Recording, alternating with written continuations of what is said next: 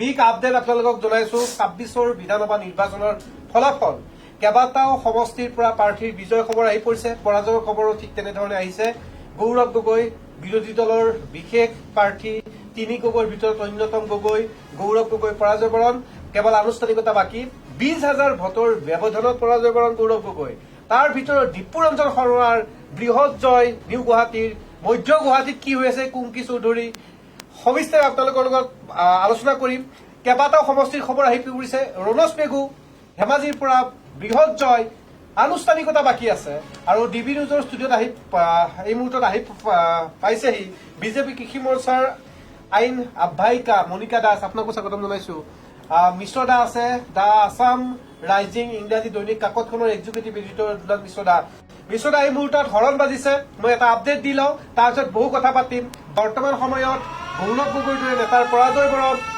কিয় হল এই বিষয়টো কিছু চৰ্চা কৰিবলৈ চেষ্টা কৰিম এই মুহূৰ্তত এটা বিগ আপডেট বিজেপি ৭৯খন আসনত অগ্ৰগতি কংগ্ৰেছ ২৫খন বিপিএফ ১০খন বিপিএফ পুৱাৰ ভাগৰ পৰাই যি ১০খন আসনত অগ্ৰগতি লাভ কৰিছে এতিয়ালৈকে ১০খন আসন ধৰি ৰাখিব পাৰিছে অসম গণ পৰিষদে ৮খন আসনত অগ্ৰগতি ইউডিএফ ২খন ৰাইজৰ দল ২খন ইউডিএফ আৰু ৰাইজৰ দলৰ মাজত যেন এতিয়া এটা কথা ক'ব পাৰি যে দুখন আসনত তেওঁলোকে অগ্ৰগতি লাভ কৰিছে পূৰ্বৰ তুলনাত ইউডিএফৰ যি ভেটি নাই ইউপিপিএল একেবাৰে শূন্য এই মুহূৰ্তলৈকে আমি ভাৰতীয় জনতা পাৰ্টিৰ যদি চাওঁ তেতিয়াহ'লে ৭৯খন আসনত এই মুহূৰ্তলৈকে লিডিঙত আছে মিশ্ৰ দা মই আপোনাৰ ওচৰলৈকে আহিছো তাৰপিছত মনিকা দাস আছে এই ফলাফলক লৈ তেখেতেও মন্তব্য কৰিব কুংকি চৌধুৰী জেনজি প্ৰসংগত চলিছিল প্ৰজন্মৰ প্ৰসংগত চলিছিল জুবিন গাৰ্গৰ ইছ্যু আহিছিল আৰু এতিয়া যেন আমি ৱেষ্ট বেংগলৰ খবৰ কিছু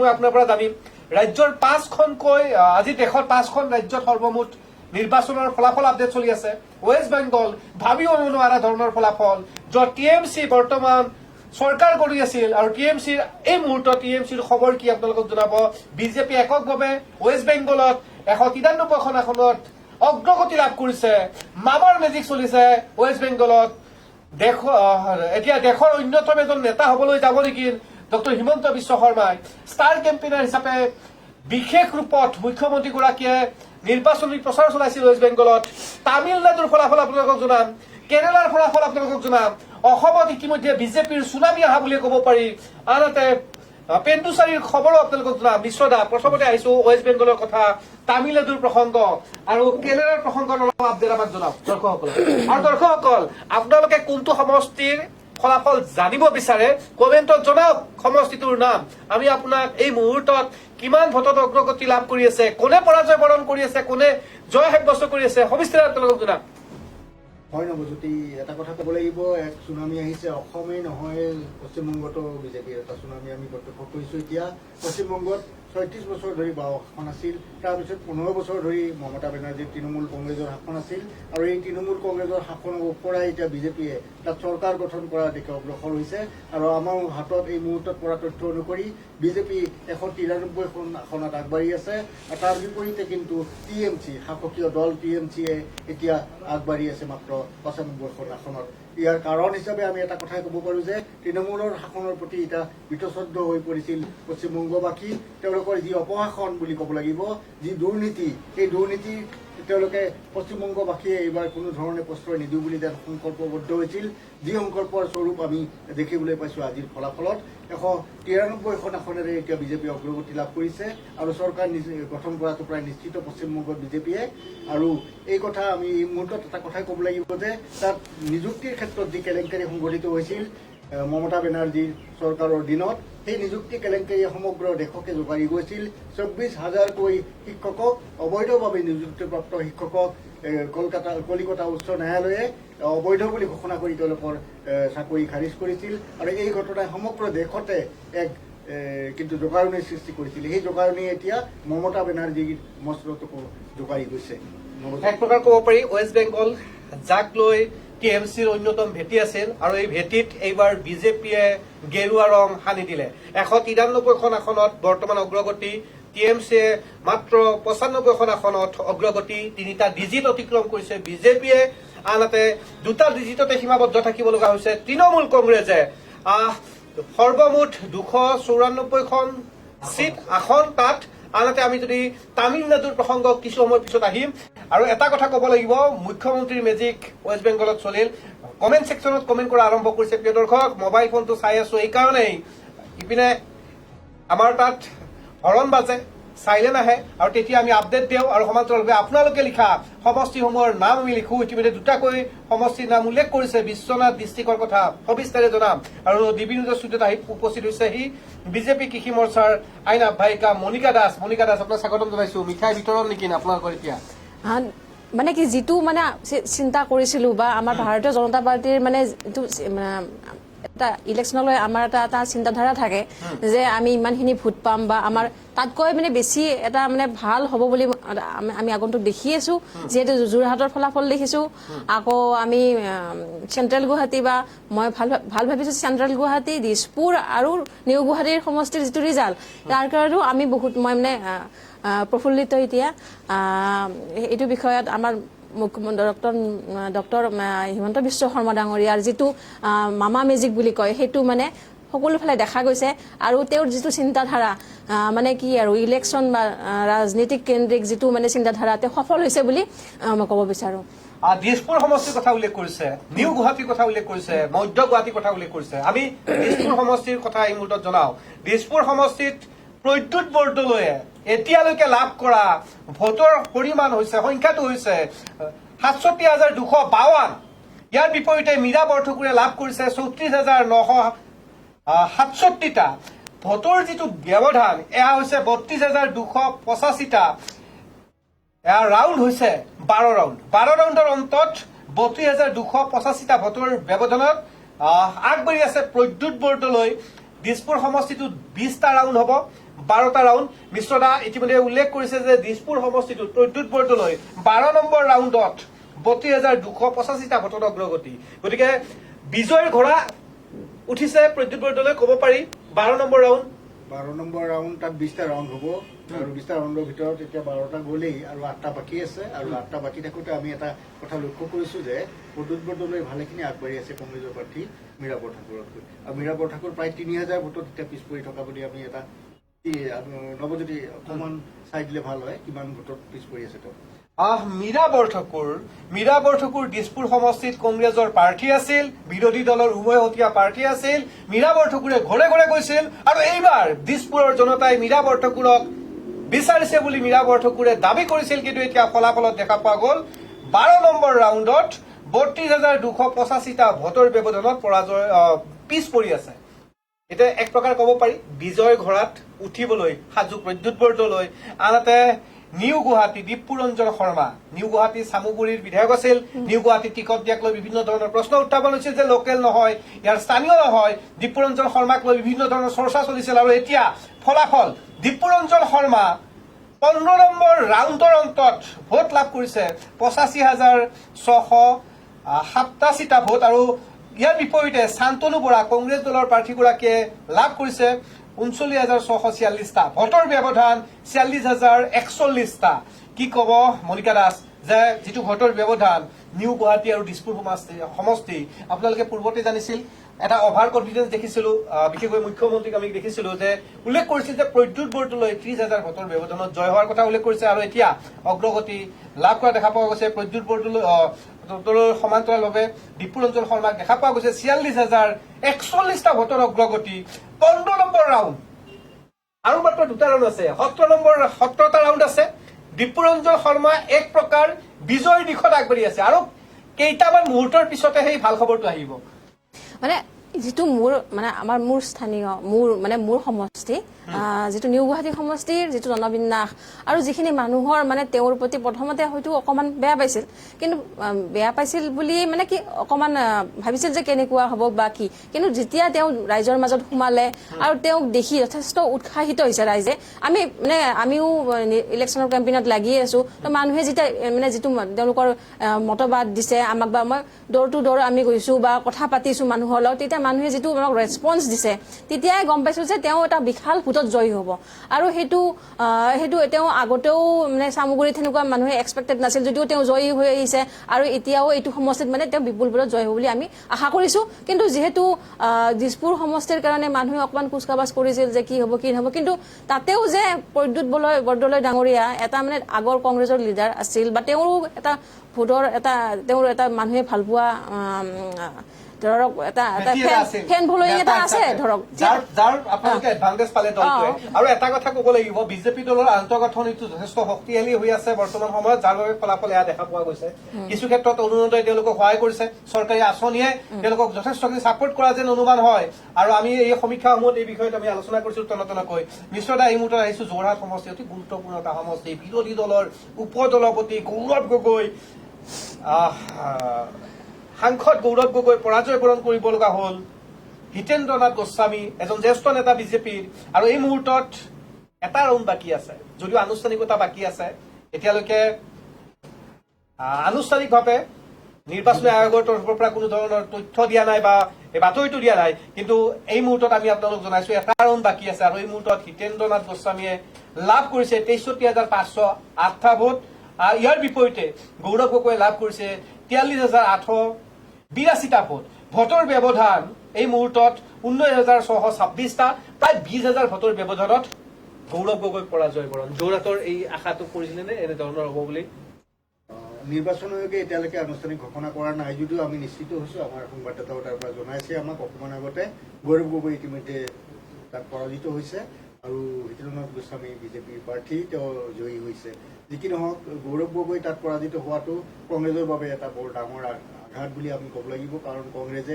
এইবাৰ বেলেগ ইছ্যু নাথাকিলেও গৌৰৱ গগৈক আলম কৰিয়েই কিন্তু তেওঁলোকে নিৰ্বাচনী প্ৰচাৰ আগবঢ়াই দিছিল আৰু কংগ্ৰেছে যি আজি 15টা বছৰ তেওঁলোকে শাসন কৰিছিল অসম বিজেপি অহাৰ আগতে এই 15টা বছৰত তেওঁলোকে যি ভুল কৰিছিল তেওঁলোকে যি অপশাসন চলাইছিল সেই অপশাসনৰ ফল যেন আজি তেওঁলোকে আকৌ এবাৰ হাতে হাতে পালে তাৰ কথাই প্ৰমাণ হ'ল গৌৰৱ গগৈক লৈ বহুতে আশা কৰিছিল তেওঁ জয়ী হ'ব তিনি গগৈক লৈ বহুতে আশা কৰিছিল বহুতে বিভিন্ন ধৰণৰ সমীক্ষা চলাইছিল বিভিন্ন ধৰণৰ তেওঁলোকক লৈ বিভিন্ন ধৰণৰ আশা ব্যক্ত কৰিছিল কিন্তু এই তিনি গগৈৰ ভিতৰৰে এগৰাকী গগৈ গৌৰৱ গগৈ এতিয়া পৰাজিত হোৱা বুলি আমাৰ হাতত এতিয়া খবৰ আহি পৰিছে আৰু এয়া নিঃসন্দেহে কংগ্ৰেছৰ বাবে এক বৃহৎ আঘাত হ'ব বুলি আমি ধাৰণা কৰিছো নিশ্চয়কৈ ইতিমধ্যে কমেণ্ট ছেকশ্যনত উল্লেখ কৰিছে কেইবাটাও সমষ্টিৰ নাম তাৰ ভিতৰত হাজো শুৱালকুছিৰ কথা উল্লেখ কৰিছে খোৱাঙৰ কথা উল্লেখ কৰিছে খোৱাং সমষ্টিত কি হৈছে ইতিমধ্যে আপোনালোকক জনাও তাত লুৰিণজ্যোতি গগৈ আৰু চক্ৰধৰ গগৈৰ মাজতে তাপ যুদ্ধ চলি আছে আনহাতে হাজো সমষ্টিত যদি চাওঁ হাজো সমষ্টিটোত এক প্ৰকাৰ ফলাফল আমি আনুষ্ঠানিকতা বাকী আছে কংগ্ৰেছ দলৰ প্ৰাৰ্থী নন্দিতা দাসৰ এটা সাংঘাতিক ভাল ফলাফল বুলি ক'ব পাৰি হাজো সমষ্টিত আমি এই মুহূৰ্তত হাজো সমষ্টিৰ কিছু তথ্য আপোনালোকক দিম পিচিআৰ টিমে আমাক দি আছে স্ক্ৰীণত পোৱাৰ লগে লগে আপোনালোকক জনাম আপোনালোকে সমষ্টিসমূহৰ নাম লিখক হাজোৰ ফলাফলটো মই মণিকা দাসৰ ওচৰত উল্লেখ কৰিছো যে আপোনালোকৰ দলৰে প্ৰাৰ্থী মিত্ৰজোঁটৰ অসম গণ পৰিষদৰ প্ৰকাশ দাস ফলাফল ভাল নহল তাত দেখা পোৱা গ'ল যে কংগ্ৰেছ দলৰ ভাল ফলাফল ইয়াৰ কাৰণ কি বুলি ভাবে হাজো সমষ্টিটো এটা মানে আগৰ পৰাই এটা চেলেঞ্জিং আছিল আৰু আমাৰ যথেষ্টখিনি কাম কৰিছে আগতে আমাৰ সুমন হৰিপ্ৰিয়া ডাঙৰীয়ানী আছিল এইটো সমষ্টিৰ কাৰণে কিন্তু এইবাৰ যিহেতু ডিলিমিটেশ্যন হৈছে আৰু সেইটো সমষ্টিত বেলেগ অংশও জড়িত হৈছে সেইটো হিচাপত আমাৰ ভাল ফলাফলে আশা কৰিছিলো কিন্তু বৰ্তমান অকমান হাজো শুৱালকুছি সমষ্টিত অকণমান নহয় এটা বৃহৎ পৰাজয় বুলি ক'ব পাৰি তাত অসম গণ পৰিষদৰ বিৰোধী এন ডি এ যেনেকৈ জয় পৰাজয় দুটাই ল'ব লাগিব তাত দেখা পোৱা গ'ল নন্দিতা দাস এই মুহূৰ্তলৈকে কিন্তু এতিয়াও ফলাফললৈকে বহুত বাকী আছে মই যদিও কৈছো যে ৰাউণ্ড শেষ হোৱা নাই হাজো শুৱালকুছিত যদিও সংবাদ মাধ্যমৰ প্ৰকাশ চলি আছে আৰু 18টা ৰাউণ্ড হ'ব এতিয়ালৈকে 8টা ৰাউণ্ড গৈছে আৰু এই 8টা ৰাউণ্ডত আগবাঢ়ি আছে নন্দিতা দাস ফলাফল এতিয়ালৈকে ওলোৱা নাই মই পুনৰ জনাইছো যে হাজো শুৱালকুছিৰ মেজিক চেঞ্জ হ'ব পাৰে আৰু 10টা ৰাউণ্ড বাকী আছে এতিয়াও 8 নম্বৰ ৰাউণ্ডত নন্দিতা দাসে বৰ্তমান লাভ কৰিছে 47,590টা আৰু ইয়াৰ বিপৰীতে প্ৰকাশ চন্দ্ৰ দাসে লাভ কৰিছে 29,390টা হাজো শুৱালকুছিৰ বাতৰি আপোনালোকক জনালো কমেণ্ট ছেকশ্যনত জনাইছিলে একাংশ অনুৰাগীয়ে তাত হাজো শুৱালকুছিত বৰ্তমান 18,200টা ভোটত আগবাঢ়ি আছে নন্দিতা দাস ইয়াৰ বিপৰীতে প্ৰকাশ দাস 18,200টা ভোটত পিছ পৰি আছে। প্ৰকাশ আছে 29,390টা আৰু 47,590টা ভোট পাইছে নন্দিতা মিশ্ৰ দা। দেখা পোৱা গৈছে যে হাজো শুৱালকুছিৰ প্ৰথম অৱস্থাত নন্দিতা দাসৰ যিটো ভোট মাৰ্জিন আছিল, ব্যৱধান আছিল, সেয়া আছিলে 25,000 আৰু এতিয়া 18,200লৈকে আহিছে। আৰু ৰাউণ্ড চলি আছে 8 নম্বৰ ৰাউণ্ড। শিৱসাগৰৰ পৰা আমাৰ সতীৰ্থ এজনে ফোন কৰিছে, ফিৰোজ খান। ফিৰোজ, মই আপোনাৰ সৈতে সংযুক্ত হম কিছু সময়ৰ পিছত। অখিল গগৈৰ ব্ৰেকিং কেইবাটাও আছে, আপুনি ফোন কৰিছে, কিছু সময় পিছতে আপোনাৰ লগত সংযুক্ত হম। মই মিশ্ৰ দাক এটা প্ৰশ্ন কৰিছো, এই প্ৰশ্নটোৰ পিছতে আপোনাৰ সৈতে সংযুক্ত হম। হাজো শুৱালকুছি প্ৰসংগ, হাজো শুৱালকুছি প্ৰসংগত এটা কথাই ক'ব লাগিব। মণিকা দাসে এটা কথা কৈছে, তাত যিটো সমষ্টি পুনৰ গঠনৰ যিটো সেইটো এটা প্ৰভাৱ পৰিছে নিঃসন্দেহে। আৰু হাজো সমষ্টিত যিখিনি ভোটাৰখিনি অলপ এটা একদম সঁচা কথা ক'ব গ'লে কিন্তু তাত বিজেপিৰ প্ৰতি এটা বিতৃষ্ণা ভাৱ এটা লাহে লাহে কিন্তু গঢ় লৈ উঠিছিল। কাৰণ তাত আগৰ বিধায়িকাগৰাকীয়ে যিমান পৰিমাণে কাম কৰিব লাগিছিল সিমান পৰিমাণে কাম নকৰা বুলি বিভিন্নজনে অভিযোগ কৰিছিল। আমি নিৰ্বাচনৰ পূৰ্বেও তাত গৈছিলোঁ, ভোট গ্ৰহণৰ পূৰ্বে আমি তাত গৈছিলোঁ। তাত বিভিন্নজন ভোটাৰৰ আমি মনৰ কথা, মনৰ বুজ ল'বলৈ চেষ্টা কৰিছিলোঁ। আৰু তেতিয়া আমি গম পাইছিলোঁ যে তাত কিছু পৰিমাণে হ'লেও কিন্তু বিজেপিৰ আগৰ যিখিনি বিধায়িকা তেওঁৰ প্ৰতি কিন্তু অলপ বিতৃষ্ণা ভাৱ এটা জাগি উঠিছিল। আৰু সেইবিলাকো একো এটা কাৰক হ'ব পাৰে। আৰু মণিকা দাসে অকণমান আগতে কৈছে, সমষ্টি পুনৰ্গঠনৰ যিটো এটা প্ৰভাৱ এটা আছে, বিভিন্ন অঞ্চল তাৰ পৰা কাট খাইছে, নতুন অঞ্চল সোমাইছে, গতিকে সেইবিলাকো একোটা কাৰক হ'ব পাৰে। আৰু গতিকে এই কিন্তু ব্যৱধানটো কিন্তু বহুত বেছি দেখা গৈছে। অগপৰ প্ৰাৰ্থীগৰাকী প্ৰকাশ দাস তেওঁৰ আৰু নন্দিতা দাসৰ মাজত ব্যৱধান, যিটো ভোটৰ ব্যৱধান, সেই ব্যৱধানটো যথেষ্ট বেছি। যদিও ৰাউণ্ড শেষ হোৱা নাই, কিন্তু এটা কথা নিশ্চিতভাৱে প্ৰায় ক'ব পাৰি যে নন্দিতা দাসে তাইৰ ভোট জয়ৰ হাঁহি মাৰিব। কাৰণ ব্যৱধান যথেষ্টখিনি আছে। মই মণিকা দাসৰ ওচৰলৈ আহিছো আকৌ, যে চৰকাৰখনক লৈ কি আশা কৰিব পাৰে ৰাইজে? বহুত আশালৈ জনসাধাৰণে ভোট দিছে এইবাৰ। মানে চৰকাৰখনৰ যিটো আমাৰ মানে কি ডক্টৰ মুখ্যমন্ত্ৰী হিমন্ত বিশ্ব শৰ্মা ডাঙৰীয়া আৰু মানে কেন্দ্ৰত প্ৰধানমন্ত্ৰী নৰেন্দ্ৰ মোদী ডাঙৰীয়াৰ যিটো এটা ডেভেলপমেণ্টৰ ৰাজনীতি আমাৰ, আৰু ধৰক আমাৰ যিখিনি ধৰক স্কিম দিছে বা বেনিফিচিয়াৰী বা ধৰক আগন্তুক সময়ত আকৌ তাৰ পৰা বেছি আশা কৰাৰ মানুহৰ এটা মানে কি ৰাইজক আমি জনাইছো যে আমাৰ আগন্তুক কাৰ্যকালত আমি কি কৰিম, আমাৰ মেণ্ডেটটো আমাৰ কি হ'ব পাৰে। কিন্তু সেইটো কনটেক্সত কংগ্ৰেছে সেনেকুৱা ধৰণৰ কোনো একো দেখুওৱা নাই যে আমি অমুক কাম কৰিম, আগন্তুক 5 বছৰত আমি যদি জয়ী হওঁ আমি এইখিনি কাম কৰিম। কিন্তু সেই আমাৰ বিপৰীতে আমাৰ মুখ্যমন্ত্ৰী ডাঙৰীয়াই আৰু প্ৰধানমন্ত্ৰী ডাঙৰীয়াই এই বিষয়ত আমাক জনাইছে যে আগন্তুক সময়ত আমি কি প্ৰজেক্টত কাম কৰিম আৰু আমাৰ কিমানখিনি ডেভেলপমেণ্ট হ'ব, আৰু কি ধৰক উচ্ছেদৰ পৰা বনাঞ্চল ৰক্ষা কৰাৰ পৰা বা গড় হত্যা ৰক্ষা কৰাৰ পৰা যিখিনি আমাৰ সংখ্যালঘু অধ্যুষিত এলেকা আছে, মানে সেইখিনি গোটেইখিনি আমাৰ কিমানখিনি কাম হৈছে, ধৰক ড্ৰাগছৰ বা গোটেইখিনি যিমানখিনি কাম হৈছে সেইখিনি আকৌ আগবঢ়োৱাৰ ক্ষেত্ৰত আমাৰ মানে ভাৰতীয় জনতা পাৰ্টীয়ে প্ৰতিশ্ৰুতিবদ্ধ হৈ আছে আৰু কাম কৰিব বুলি আপোনালোকে দেখিছে। কিমানখিনি কাম কৰিছে, ডেভেলপমেণ্টৰ ইছ্যুবিলাক আপুনি দেখিছে, গুৱাহাটীত কিমানখিনি উন্নয়ন হৈছে আৰু আগন্তুক সময়ত কৰিম বুলি আমি প্ৰতিশ্ৰুতি দিছোঁ। নিশ্চয়কৈ আমি ৰাইজৰ দলৰ দুটাকৈ সমষ্টিত অগ্ৰগতি লাভ কৰি থকাৰ ভিতৰত শিৱসাগৰৰ খবৰ আপোনালোকক দিম। শিৱসাগৰৰ আমাৰ সতীৰ্থ ফিৰোজ খানৰ সৈতে সংযুক্ত হ'ম। এই মুহূৰ্তত আমি শিৱসাগৰ সমষ্টিত অখিল গগৈ লিডিঙত আছে।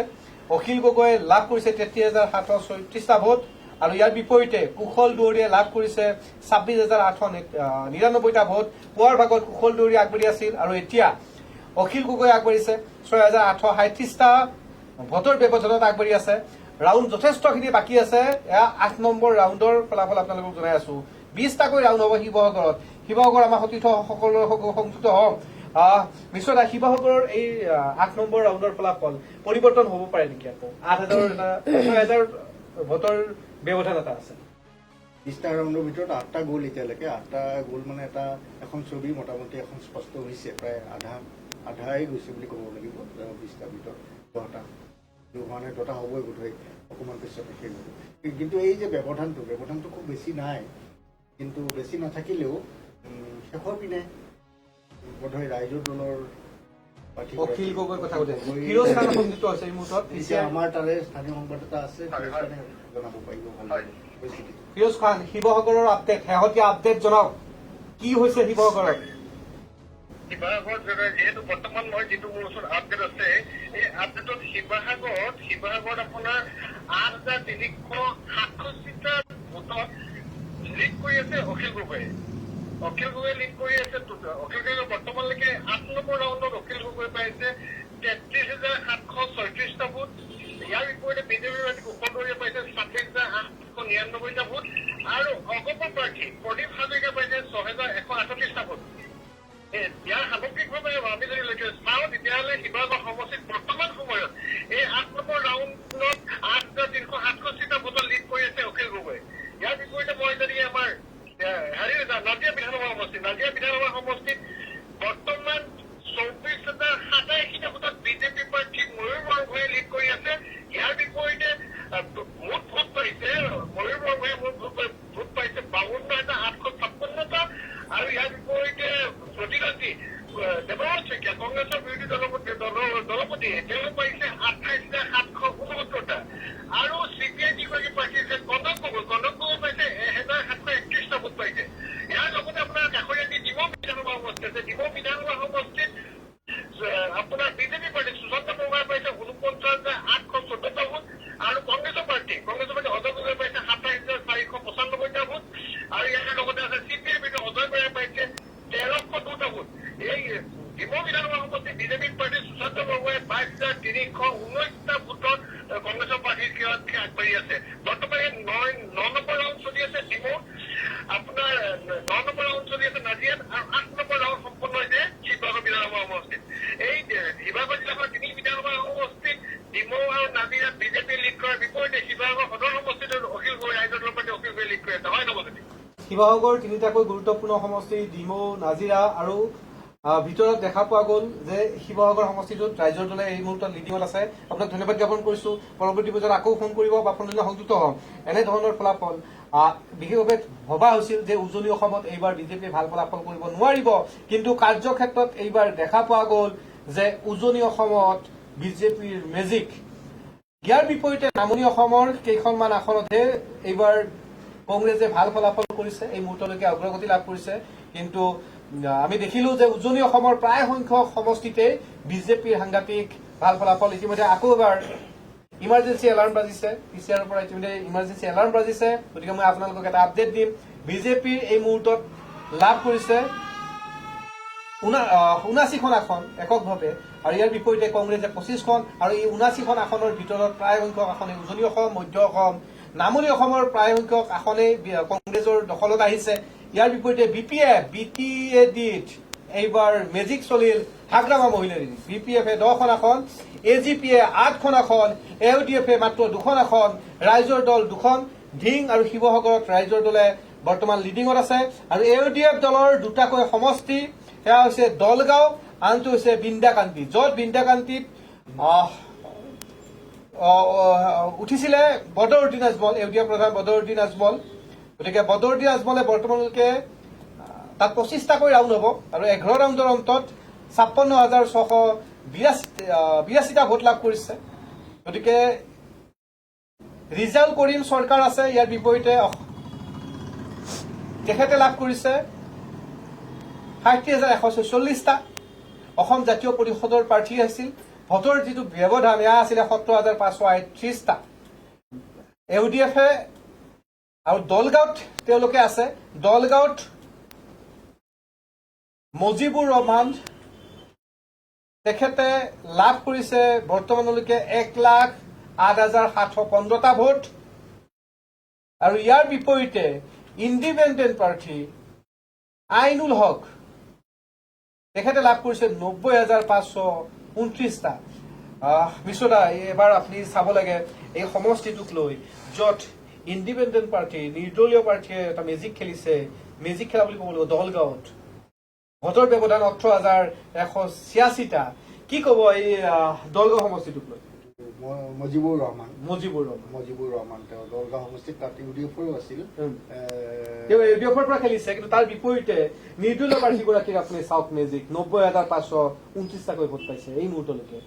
আইনুল হকে 90,000ৰো বেছি পাইছে ভোট আৰু মজিবুৰ ৰহমানে পাইছে 10,000 মান পাইছে, 10,815।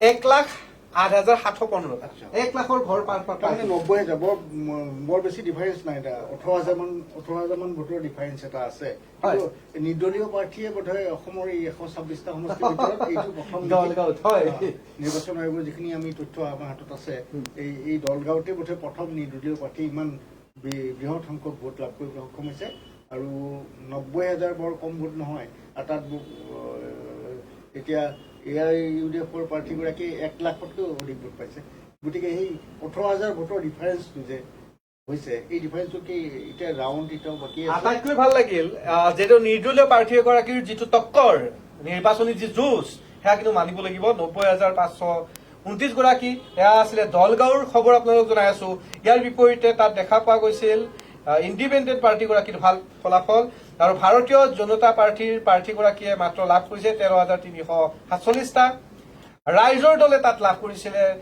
8,510টা আজি যোৰ মানে ৰাইজৰ দলৰ এটা সাংঘাতিক বিভিন্ন ধৰণৰ বিসম্বাদ আৰম্ভ হৈছিল ৰাইজৰ দলৰ পৰা প্ৰাৰ্থীগৰাকী দিব লাগে আৰু পৰৱৰ্তী পৰ্যায়ত দেখা পোৱা গ'ল ইণ্ডিপেণ্ডেণ্ট প্ৰাৰ্থীগৰাকী আইনুল হকৰ এটা মেজিক কিন্তু সময়লৈকে ৰ'ব লাগিব এয়া 19 নম্বৰ ৰাউণ্ড 27টাকৈ ৰাউণ্ড আছে গতিকে 27টালৈকে ৰাউণ্ড আছে দলগাঁৱৰ ফলাফল কিছু সময়লৈকে ৰ'ব লাগিব মই আকৌ মনিকা দাসলৈকে আহিছো যে বিজেপিৰ এই যি ফলাফল বিজেপিৰ ফলাফলৰ পিছত কৃতিত্ব দিছে ৰাজ্যৰ মুখ্যমন্ত্ৰী ডক্টৰ হিমন্ত বিশ্ব শৰ্মাক আৰু এতিয়া যদিও আনুষ্ঠানিকতা বাকী নাই আকৌ এবাৰ যেন মুখ্যমন্ত্ৰী ডক্টৰ হিমন্ত বিশ্ব শৰ্মাই হ'ব কিবা তেনেকুৱা ধৰণৰ আলোচনা হৈছে নেকি দলৰ মাজত আপোনালোকৰ নিশ্চয়কে মানে আমি এইটো ক্ৰেডিট বা আমি একক মানে তেওঁক দিব লাগিব তেওঁ যিমানখিনি কষ্ট কৰিছে ৰাইজে দেখিছে তেওঁ গোটেই সমষ্টিত বা গোটেই অসমত তেওঁ মানে ঘূৰিছে বা মানুহৰ যেটো মানে এটা আমাৰ যাত্ৰা এটা ওলাইছিল জনসমৰ্থন যাত্ৰা তাতে মানুহৰ যি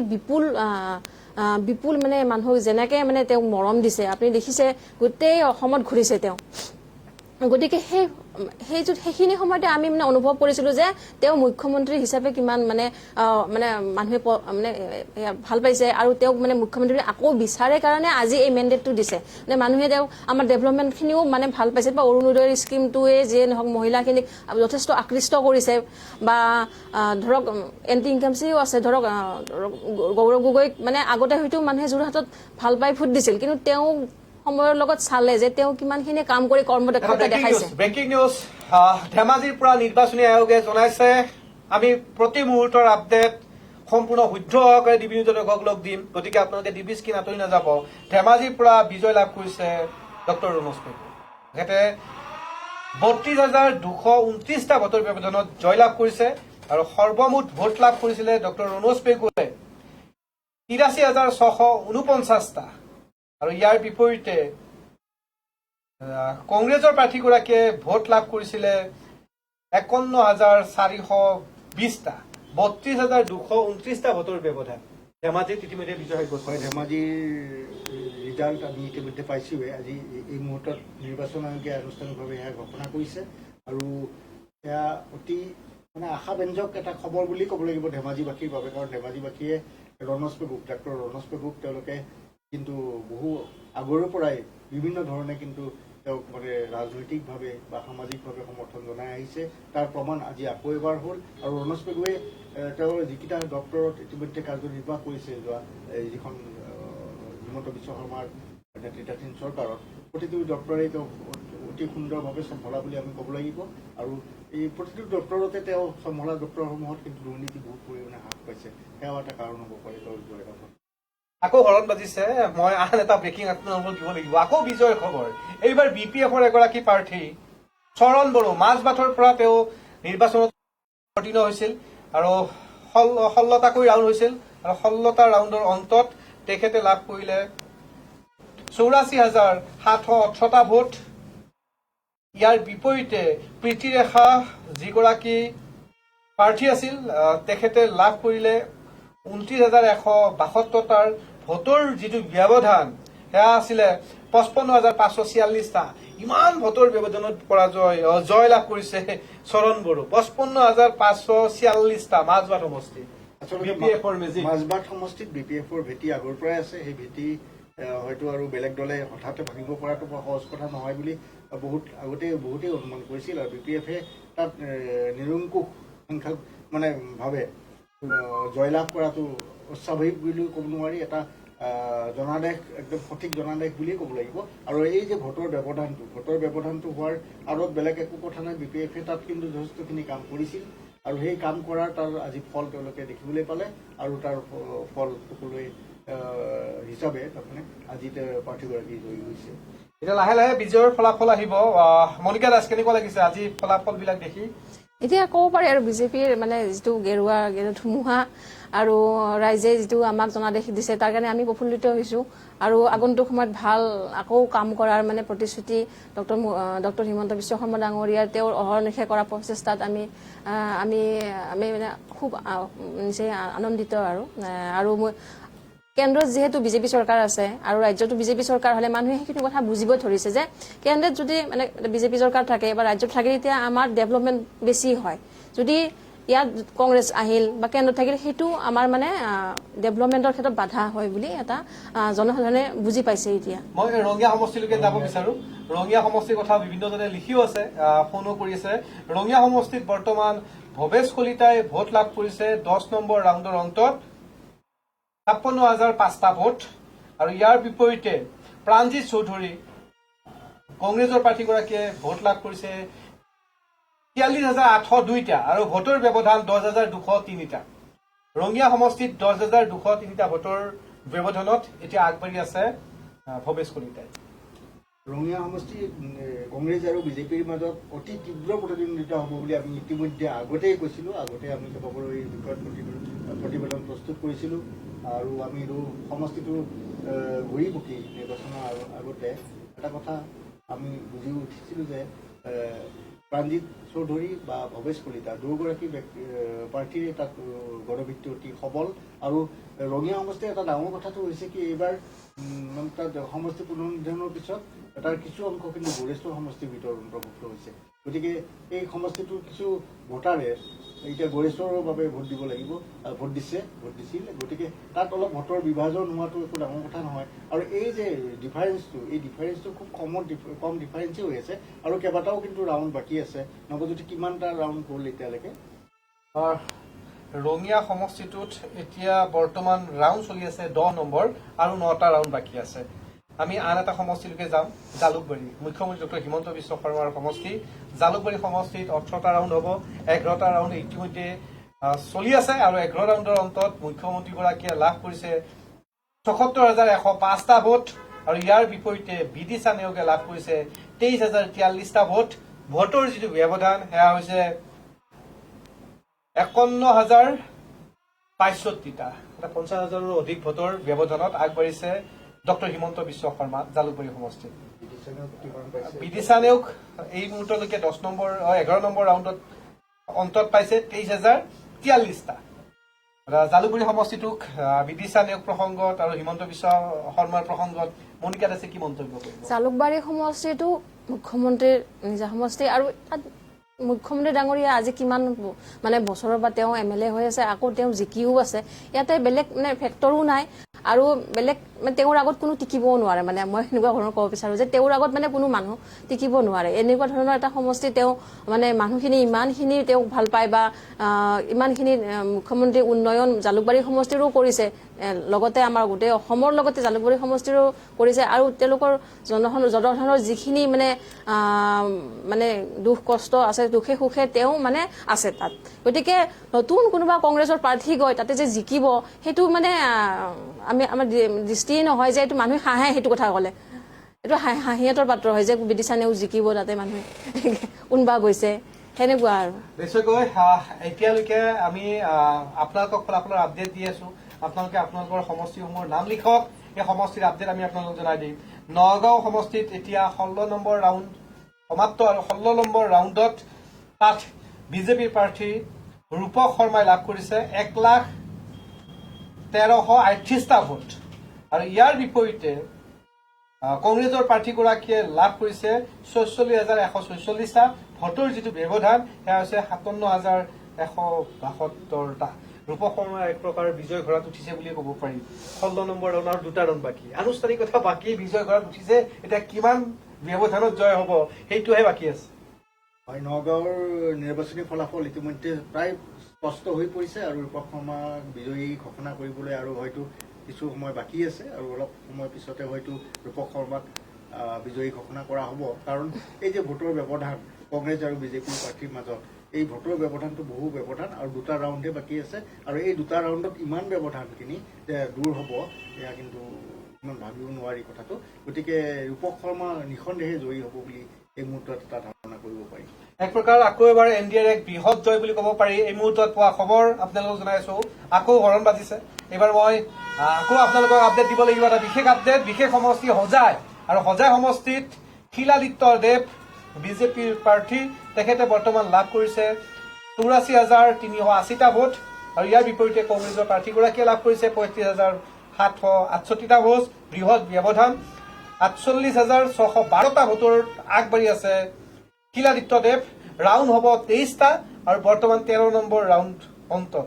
মনিকা দাস কি ভাবে যে এই ধৰণৰ ফলাফলক লৈ আপোনালোকে পূৰ্বতেই প্ৰস্তুত আছিল?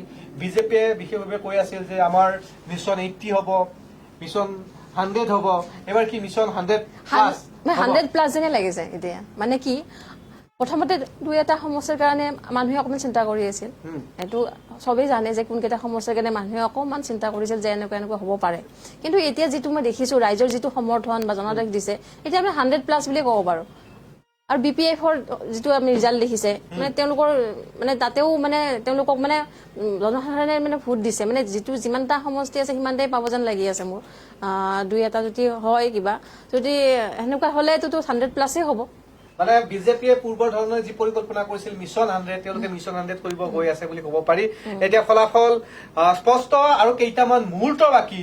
এটা অতি গুৰুত্বপূৰ্ণ সমষ্টি, আপোনালোকেও বিচাৰি থকা এই সমষ্টিটো ইতিমধ্যে হৰণ বাজিছে। সেই সমষ্টিটোৰ কথা আপোনালোকক কম। সেই সমষ্টিটো হৈছে জাগিৰোড। পীযুষ হাজৰিকা সমষ্টিটোত 24টা ৰাউণ্ড হ'ব আৰু বৰ্তমান 18টা ৰাউণ্ড সমাপ্ত হৈছে আৰু এই 18 ৰাউণ্ডৰ অন্তত বৰ্তমান পীযুষ হাজৰিকাই ভোট লাভ কৰিছে 1,12,913টা। পুনৰ জনাইছো, পীযুষ হাজৰিকাই বৰ্তমান ভোট লাভ কৰিছে 1,12,913টা আৰু ইয়াৰ বিপৰীতে কংগ্ৰেছৰ প্ৰাৰ্থীগৰাকীয়ে লাভ কৰিছে 52,477টা। ভোটৰ যি ব্যৱধান সেয়া 60,434টা ভোটৰ ব্যৱধানত পীযুষ হাজৰিকা আগবাঢ়ি আছে। পীযুষ হাজৰিকা ইতিমধ্যে বিজয়ৰ ৰথত উঠিছেই। 18 নম্বৰ ৰাউণ্ড, 24টা ৰাউণ্ড হ'ব। ব্যৱধানটো সাংঘাতিক। এই ব্যৱধানবিলাক পূৰ্বৰ জনসাধাৰণে দিয়া ফলাফল আজিৰ দিনটোত পীযুষ হাজৰিকাৰ সমষ্টিটো ইতিমধ্যে মিঠাই বিতৰণ কৰা আৰম্ভ কৰা বুলি ক'ব পাৰি। নিঃসন্দেহে আৰু 6টা ৰাউণ্ড বাকী আছে জাগিৰোড সমষ্টিত। জাগিৰোড সমষ্টিত পীযুষ হাজৰিকাই ইতিমধ্যে বিজয়ৰ ৰথত উঠা বুলি ক'বই পাৰি আৰু তেওঁ হয়তো কিছু সময় পিছতে তেওঁৰ নাম ঘোষণা হ'ব বিজয়ী প্ৰাৰ্থী হিচাপে।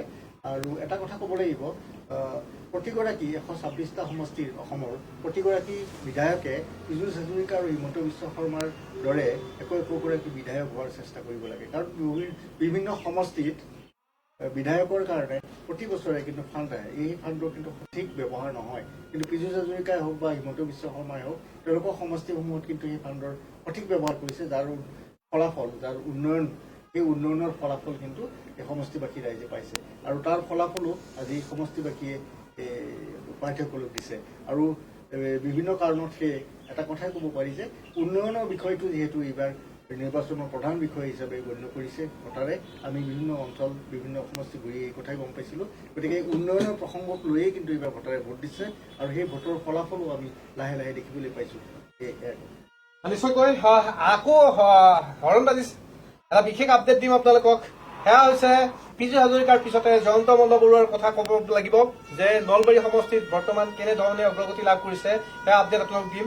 বৰ্তমান নলবাৰী সমষ্টিত 12টা ৰাউণ্ড শেষ হৈছে, 20টাকৈ ৰাউণ্ড হ'ব নলবাৰী জিলাৰ নলবাৰী সমষ্টিটোত আৰু বৰ্তমান জয়ন্ত মল্লবৰুৱাই লাভ কৰিছে 76,115টা ভোট আৰু ইয়াৰ বিপৰীতে কংগ্ৰেছৰ প্ৰাৰ্থী অশোক শৰ্মাই লাভ কৰিছে 33,483টা ভোট। ভোটৰ যিটো ব্যৱধান সেয়া হৈছে 42,632টা। 12 নম্বৰ ৰাউণ্ড, 42,632টাৰ ব্যৱধান ভোটৰ নলবাৰী সমষ্টিত। অশোক শৰ্মা আৰু জয়ন্ত মল্লবৰুৱাৰ মাজত যিটো ৰাজনৈতিক তাপ যুঁজ হ'ব বুলি ভাবিছিলে, 12 নম্বৰ ৰাউণ্ড ব্যৱধান 42,000 আৰু কিবা চেঞ্জ হোৱাৰ সম্ভাৱনা আছে নেকি আৰু 8টা ৰাউণ্ড আছে জয়ন্তমল্ল বৰুৱাই যিখিনি ভোট পাইছে আৰু যিটো ব্যৱধান এই ব্যৱধানৰ পৰা কিন্তু এটা কথা ক'ব পাৰি যে অশোক শৰ্মাই তেওঁৰ ওচৰ চাপি দিব পাৰিব কি নাই কাৰণ বেছি ৰাউণ্ড বাকী নাই আৰু সেয়া কিন্তু সন্দেহৰ বিষয় হৈ পৰিছে আৰু অশোক শৰ্মাৰ মানে তেওঁৰ গণভিত্তিক নিশ্চয়কৈ আছিল সমষ্টিটোত কিন্তু এই যে দল সলনি কৰা বা বিভিন্ন বিসম্বাদত লিপ্ত হোৱা আদি কথাবোৰে বিভিন্ন তেওঁৰ মানে কিছু ৰাজনৈতিক জীৱনত কিছু প্ৰভাৱ পেলোৱা বুলি আমি বিভিন্ন ধৰণে চলোৱা সমীক্ষাত গম পাইছিলোঁ আৰু তাৰ ফলাফলতো আজি সেয়াই হয়তো প্ৰতীয়মান হৈছে আৰু হয়তো সমষ্টিটোত আৰু 8টা ৰাউণ্ড বাকী আছে নৱজ্যোতি হয়তো আৰু 8টা ৰাউণ্ড পিছতে হয়তো জয়ন্তমল্ল বৰুৱাই যদি এই ব্যৱধানটো যদি জয়ন্তমল্ল বৰুৱাৰ সৈতে ব্যৱধান নকমে কাৰণ 40,000 ভোটৰ ব্যৱধান আছে এতিয়া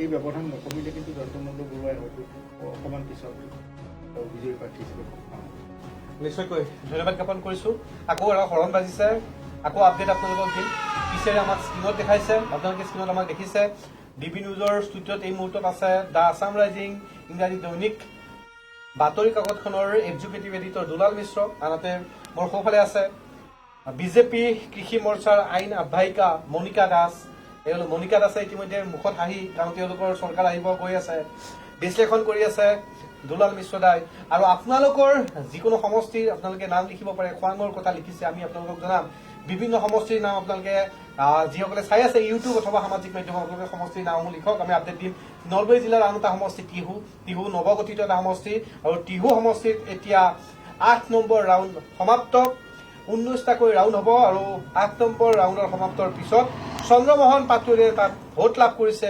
46,960টা আৰু ইয়াৰ বিপৰীতে ৰাতুল পাটোৱাৰীয়ে ভোট লাভ কৰিছে 25,831টা ভোটৰ যিটো ব্যৱধান সেয়া হৈছে 19,129 গতিকে চন্দ্ৰমোহন পাটোৱাৰী আৰু ৰাতুল পাটোৱাৰী মিশ্ৰদা ভোটৰ ব্যৱধান 19,129 ৰাউণ্ড 8টা শেষ হৈছে আকৌ 12টা আছে 20টা ৰাউণ্ড হ'ব 19টা হ'ব 11টা ৰাউণ্ড আছে বাকী আৰু বহুতকেইটা ৰাউণ্ডে আছে বাৰু আৰু ব্যৱধানটো খুব বহু বেছি নাই 25,000 মানত আছে নেকি ব্যৱধানটো 19,000 ব্যৱধান কাৰণ ৰাতুল পাটোৱাৰীৰ তাত কিন্তু গণভিত্তি নথকা বুলি ক'ব নোৱাৰি ৰাতুল পাটোৱাৰীৰো আছে কংগ্ৰেছৰ প্ৰাৰ্থী আৰু বিজেপিৰ চন্দ্ৰমোহন পাটোৱাৰীৰতো গণভিত্তি আছে এইটো বাৰে বাৰে তাৰ পৰা জয়ী হৈছিল টিহুৰ পৰা নহয় অৱশ্যে আগতে ধৰ্মপুৰ সমষ্টি আছিল সমষ্টিৰ পৰা কিন্তু এইবাৰ অকণমান বিন্যাসটো অকণমান সলনি হৈছে টিহু সমষ্টিত আৰু নৱজ্যোতি এইখিনি কথা ভালদৰে বুজাই ক'ব পাৰিব নিশ্চয়কৈ টিহু সমষ্টিত ফলাফলত যি 19,000 এতিয়া 8 ৰাউণ্ড সমাপ্ত হৈছে 19,000ত আগবাঢ়ি আছে চন্দ্ৰমোহন পাটোৱাৰীয়ে সমষ্টিবাসীয়ে বিচাৰিছিলে যে এজন কেবিনেট পৰ্যায়ৰ মন্ত্ৰী লাগে আৰু কেবিনেট পৰ্যায়ৰ মন্ত্ৰীগৰাকীক প্ৰায় একাংশ লোকে খুব উৎফুল্লিত যাৰ বাবে চন্দ্ৰমোহন পাটোৱাৰীক ভোট দিছিল আন একাংশ লোকে জাষ্টিছ ফৰ জুবিন গাৰ্গ বিচাৰিছিল আৰু ৰাতুল পাটোৱাৰী প্ৰজন্মৰ উঠি অহা এজন যুৱক যাক তেওঁলোকে নেতা হিচাপে চাব বিচাৰিছিল সেইবাবে এই ব্যৱধানটো দেখা পোৱা গৈছে আৰু যিহেতুকে 11টা ৰাউণ্ড আছে তাৰ পিছত ফলাফল গম পোৱা যাব নলবাৰী সমষ্টি জিলাখনৰ 3টা অতি গুৰুত্বপূৰ্ণ সমষ্টি বৰক্ষেত্ৰী নলবাৰী আৰু টিহু এই 3টা সমষ্টিয়ে বিজেপিৰ দখললৈকে যাব বুলি পূৰ্বৰ পৰাই কৈ থকা দেখা পোৱা গৈছিল আনকি মুখ্যমন্ত্ৰীগৰাকীয়ে এই কথা দাবী কৰিছিল আৰু এতিয়া বৰক্ষেত্ৰীৰ ফলাফল আপোনালোকক জনাম বৰক্ষেত্ৰীত নাৰায়ণ ডেকাই লাভ কৰিছে 21টাকৈ ৰাউণ্ড হ'ব তাত বৰ্তমান 12 ৰাউণ্ড সমাপ্ত আৰু 12 ৰাউণ্ডৰ পিছত নাৰায়ণ ডেকাই লাভ কৰিছে 61,287টা ভোট ইয়াৰ বিপৰীতে দিগন্ত বৰ্মন কংগ্ৰেছ দলৰ প্ৰাৰ্থী বিধায়ক দিগন্ত বৰ্মনে লাভ কৰিছে 55,565টা আৰু ৰাউণ্ড বাকী আছে 12টা ৰাউণ্ড কি হ'ব পাৰে বৰক্ষেত্ৰীত মনিকা দাস বৰক্ষেত্ৰীত আপোনালোকৰ আৰু কংগ্ৰেছৰ মাজত এটা টাফ ফাইট চলি আছে 5,722টা ভোটৰ মাজত যুদ্ধখন চলি আছে কিছুমান সমষ্টিত ধৰক যিটো জনবিন্যাস আমাৰ মই কৈছোঁ ডিলিমিনেশ্যনৰ পিছত আমাৰ মানে সেইটো অকণমান চেঞ্জ হৈছে ধৰক তো কিন্তু বৰক্ষেত্ৰীৰ যিটো সমষ্টি সেইটো নতুনকৈ হোৱা সমষ্টি ধৰক ডিলিমিনেশ্যনৰ পিছত আৰু সেইটো সমষ্টিৰ যিখিনি ভোটাৰ আছে তেওঁলোকে আগৰ মানে নাৰায়ণ তেওঁক পাইছিল আকৌ নতুন কংগ্ৰেছৰ তেখেতকো মানে চাইছে বাৰু বহুত দিনৰ সেয়া কৰি আছে গতিকে এইটো অকণমান ক্লজ হ'বও পাৰে বা নাৰায়ণ ডেকা তেওঁ জিকিব বুলিতো আমি নিশ্চিত কিন্তু অকণমান ক্লজ হয়তো মানে হ'ব পাৰে মানে ধৰক বিশাল ভোটত নিজিকিও অকণমান ধৰক কম ভোটত জিকা সেনেকুৱা হ'ব পাৰে মতামত আপোনাৰ কিছু সময়ৰ পিছত গম পোৱা যাব আকৌ হৰণ বাজিছে ইচিআৰে ইতিমধ্যে হৰণ বজাইছে আকৌ এটা আপডেট, বিগ আপডেট, আন এক বিগ আপডেট। সেয়া হৈছে টিংখং সমষ্টি মন্ত্ৰী বিমল বৰা। বিমল বৰা কিমান ভোটত অগ্ৰগতি লাভ কৰি আছে আপোনালোকক জনাও। বিমল বৰা সমষ্টিত টিংখঙত 16টাকৈ ৰাউণ্ড হ'ব। 14টা ৰাউণ্ড সমাপ্ত আৰু 14টা ৰাউণ্ডৰ শেষত বিমল বৰাই লাভ কৰিছে 82,382টা ভোট। আৰু ইয়াৰ বিপৰীতে বিপুল গগৈয়ে লাভ কৰিছে কংগ্ৰেছৰ প্ৰাৰ্থীগৰাকীয়ে 30,226টা। ভোটৰ যিটো ব্যৱধান সেয়া হৈছে 45,156টা। এক প্ৰকাৰ ক'ব পাৰি আৰু 2টা ৰাউণ্ড আছে। বিমল বৰাও এক প্ৰকাৰ বিজয় ৰথত উঠিছে। মন্ত্ৰী বিমল বৰা বিজয় ৰথত উঠা বুলি ক'ব পাৰি মিশ্ৰদা। হয়, আৰু মাত্ৰ 2টা ৰাউণ্ডহে বাকী। গতিকে আৰু এই যিহেতু ডিফাৰেঞ্চ বহুত আছে, এতিয়া 45,000ৰো বেছি ভোটৰ ডিফাৰেঞ্চ। আৰু তাত বিপুল গগৈয়ে কংগ্ৰেছৰ প্ৰাৰ্থী আছিল, বিপুল গগৈ। কিন্তু এই ডিফাৰেঞ্চটো এই 2টা ৰাউণ্ডত যে একেবাৰে দূৰ কৰিব পাৰিব কংগ্ৰেছে, সেইটো কিন্তু বৰ আশা কৰিব নোৱাৰি। গতিকে আমি এটা কথা ক'ব পাৰোঁ যে টিংখং সমষ্টিত বিমল বৰাৰ বিজয় এতিয়া প্ৰায় নিশ্চিত, আৰু কিছু সময়ৰ পিছতে হয়তো নিৰ্বাচন আয়োগৰ তৰফৰ পৰা তেনে ঘোষণা আমি লাভ কৰিব পাৰোঁ। কেৱল মাত্ৰ আনুষ্ঠানিকতা বাকী। আমি ইতিমধ্যে ডিবি নিউজৰ তৰফৰ পৰা ক'বই পাৰোঁ যে বিমল বৰা প্ৰায় বিজয় ৰথত উঠিছে, আৰু কিছু মুহূৰ্তৰ পিছতে নিৰ্বাচনী আয়োগে দিব তথ্য, আৰু সেইমতে আমি আপোনালোকক প্ৰতি মুহূৰ্তৰ একেবাৰে প্ৰকৃত সত্য খবৰ আপোনাক দি আছো। বিমল বৰা প্ৰসংগত কি ক'ব মনিকা দাস? এজন টিংখং সমষ্টিত বিমল বৰা প্ৰত্যাহ্বানৰ সন্মুখীন হ'ব বুলি বিভিন্নজনে কৈছিল, চৰ্চা চলিছিল। কিন্তু এতিয়া দেখা পোৱা গৈছিল কাৰ্যক্ষেত্ৰত 45,156টা ভোটৰ ব্যৱধানত অগ্ৰগতি লাভ কৰি আছে। বিমল বৰা ডাঙৰ এটা আমাৰ কেবিনেট মিনিষ্টাৰ, আৰু তেওঁৰ এটা মানে ধৰক সেইখিনি ডিব্ৰুগড় এৰিয়াৰ মানুহখিনিৰ বা যিটো টিংখং সমষ্টি অলপ ডিমিলিটেশ্যনৰ কাৰণে তেওঁৰ সেইটো সলনি হৈছে। যদিও তেওঁ মানে তেওঁৰ এটা যিটো মানে সমষ্টিত এটা তেওঁৰ এটা আধিপত্য সেইটো আছে তেওঁৰ। গতিকে মানুহে এইটো অলপ কুচকাৱাজ কৰিছিল, কিন্তু সেইটো মানে মই নাভাবোঁ যে তেওঁ সেইটো মানে সেইটো আমাৰ জয়ৰ মানে বাধা দিব বা আমাৰ তেওঁ বিশাল ভোটতে জয় হ'ব বুলি মই নিশ্চিত। ফলাফল সেইটোৱে হৈছে। মই পিচিআৰ টিমে ইতিমধ্যে আকৌ হৰণ বজাইছে আৰু আমাক স্ক্ৰীণত লৈছে। আমি ফলাফলটো আকৌ এবাৰ দেখাইছো আপোনালোকক। বিমল বৰা প্ৰসংগত উল্লেখ কৰি আছিলো, যেতিয়া জুবিন গাৰ্গৰ ৰহস্যজনক বিয়োগ হৈছিল, জুবিন গাৰ্গক ছিংগাপুৰলৈকে লৈ অহাৰ সময়ত বিমল বৰাই লোৱা ভূমিকাসমূহ চাগে জনসাধাৰণে চাই আছিল। টিংখং সমষ্টি অসমবাসীয়ে চাই আছিল কেনেকৈ এম্বুলেন্সত জুবিন গাৰ্গৰ নশ্বৰদেহ লৈ আহিছিল, লক্ষাধিক লোকে কেনেধৰণে এম্বুলেন্সৰ সন্মুখত জঁপিয়াই পৰিছিল প্ৰাণৰ শিল্পীগৰাকীক হেৰুৱাৰ আৰু দুখত। আৰু সেই সময়ত বিমল বৰাই লোৱা ভূমিকা, তাৰ পিছৰ কামসমূহত বিমল বৰাই লোৱা সেই দক্ষতা, তাৰ প্ৰমাণ আজি জনসাধাৰণে চাগে বেলটৰ জৰিয়তে দিছে, আৰু যাৰ বাবে বিমল বৰাৰ প্ৰতি এটা মৰম দেখা পাওঁ আমি উজনি অসমত গ'লে বিভিন্নজন লোকৰ। আমি আকৌ আহিছো খোৱাং সমষ্টিলৈকে। খোৱাং সমষ্টি অতি গুৰুত্বপূৰ্ণ সমষ্টি। কি হ'ব? ইতিমধ্যে 3 গগৈৰ ভিতৰত এটা গগৈ, গৌৰৱ গগৈ পৰাজয় বৰণ কৰিছে। আনুষ্ঠানিকতা বাকী আছে। আন এটা গগৈ লুৰিণজ্যোতি গগৈ। এই লুৰিণজ্যোতি গগৈ বৰ্তমান কেনে স্থিতি? 15টাকৈ ৰাউণ্ড হ'ব খোৱাং সমষ্টিত। 10 ৰাউণ্ডৰ অন্তত বৰ্তমান চক্ৰধৰ গগৈয়ে লাভ কৰিছে 47,076টা ভোট, আৰু ইয়াৰ বিপৰীতে লুৰিণজ্যোতি গগৈয়ে লাভ কৰিছে 38,403টা ভোট। লুৰিণজ্যোতি গগৈ আৰু খোৱাং সমষ্টিৰ ভাৰতীয় জনতা পাৰ্টীৰ প্ৰাৰ্থী চক্ৰধৰ গগৈৰ মাজত এটা সাংঘাতিক টাফ ফাইট বুলি ক'ব পাৰো। 8,675টা ভোটত আগবাঢ়ি আছে চক্ৰধৰ গগৈ, আৰু 5টা ৰাউণ্ড বাকী আছে। মিশ্ৰদা কি হ'ব পাৰে? আৰু 5টা ৰাউণ্ড বাকী আছে। ভোটৰ ব্যৱধান 8,675টাৰ। জিকি হাৰি যাব নেকি লুৰিণ? কাৰণ ৰাতিপুৱাৰ ভাগত দেখা পোৱা গৈছিল লুৰিণজ্যোতি গগৈয়ে চক্ৰধৰ গগৈক পিছ পেলাই দিছিল। 5টা ৰাউণ্ড মাত্ৰ বাকী আছে, আৰু 5টা ৰাউণ্ড বাকী আছে যদিও ডিফাৰেঞ্চো বহুত বেছি নহয়, 8,000 ডিফাৰেঞ্চ।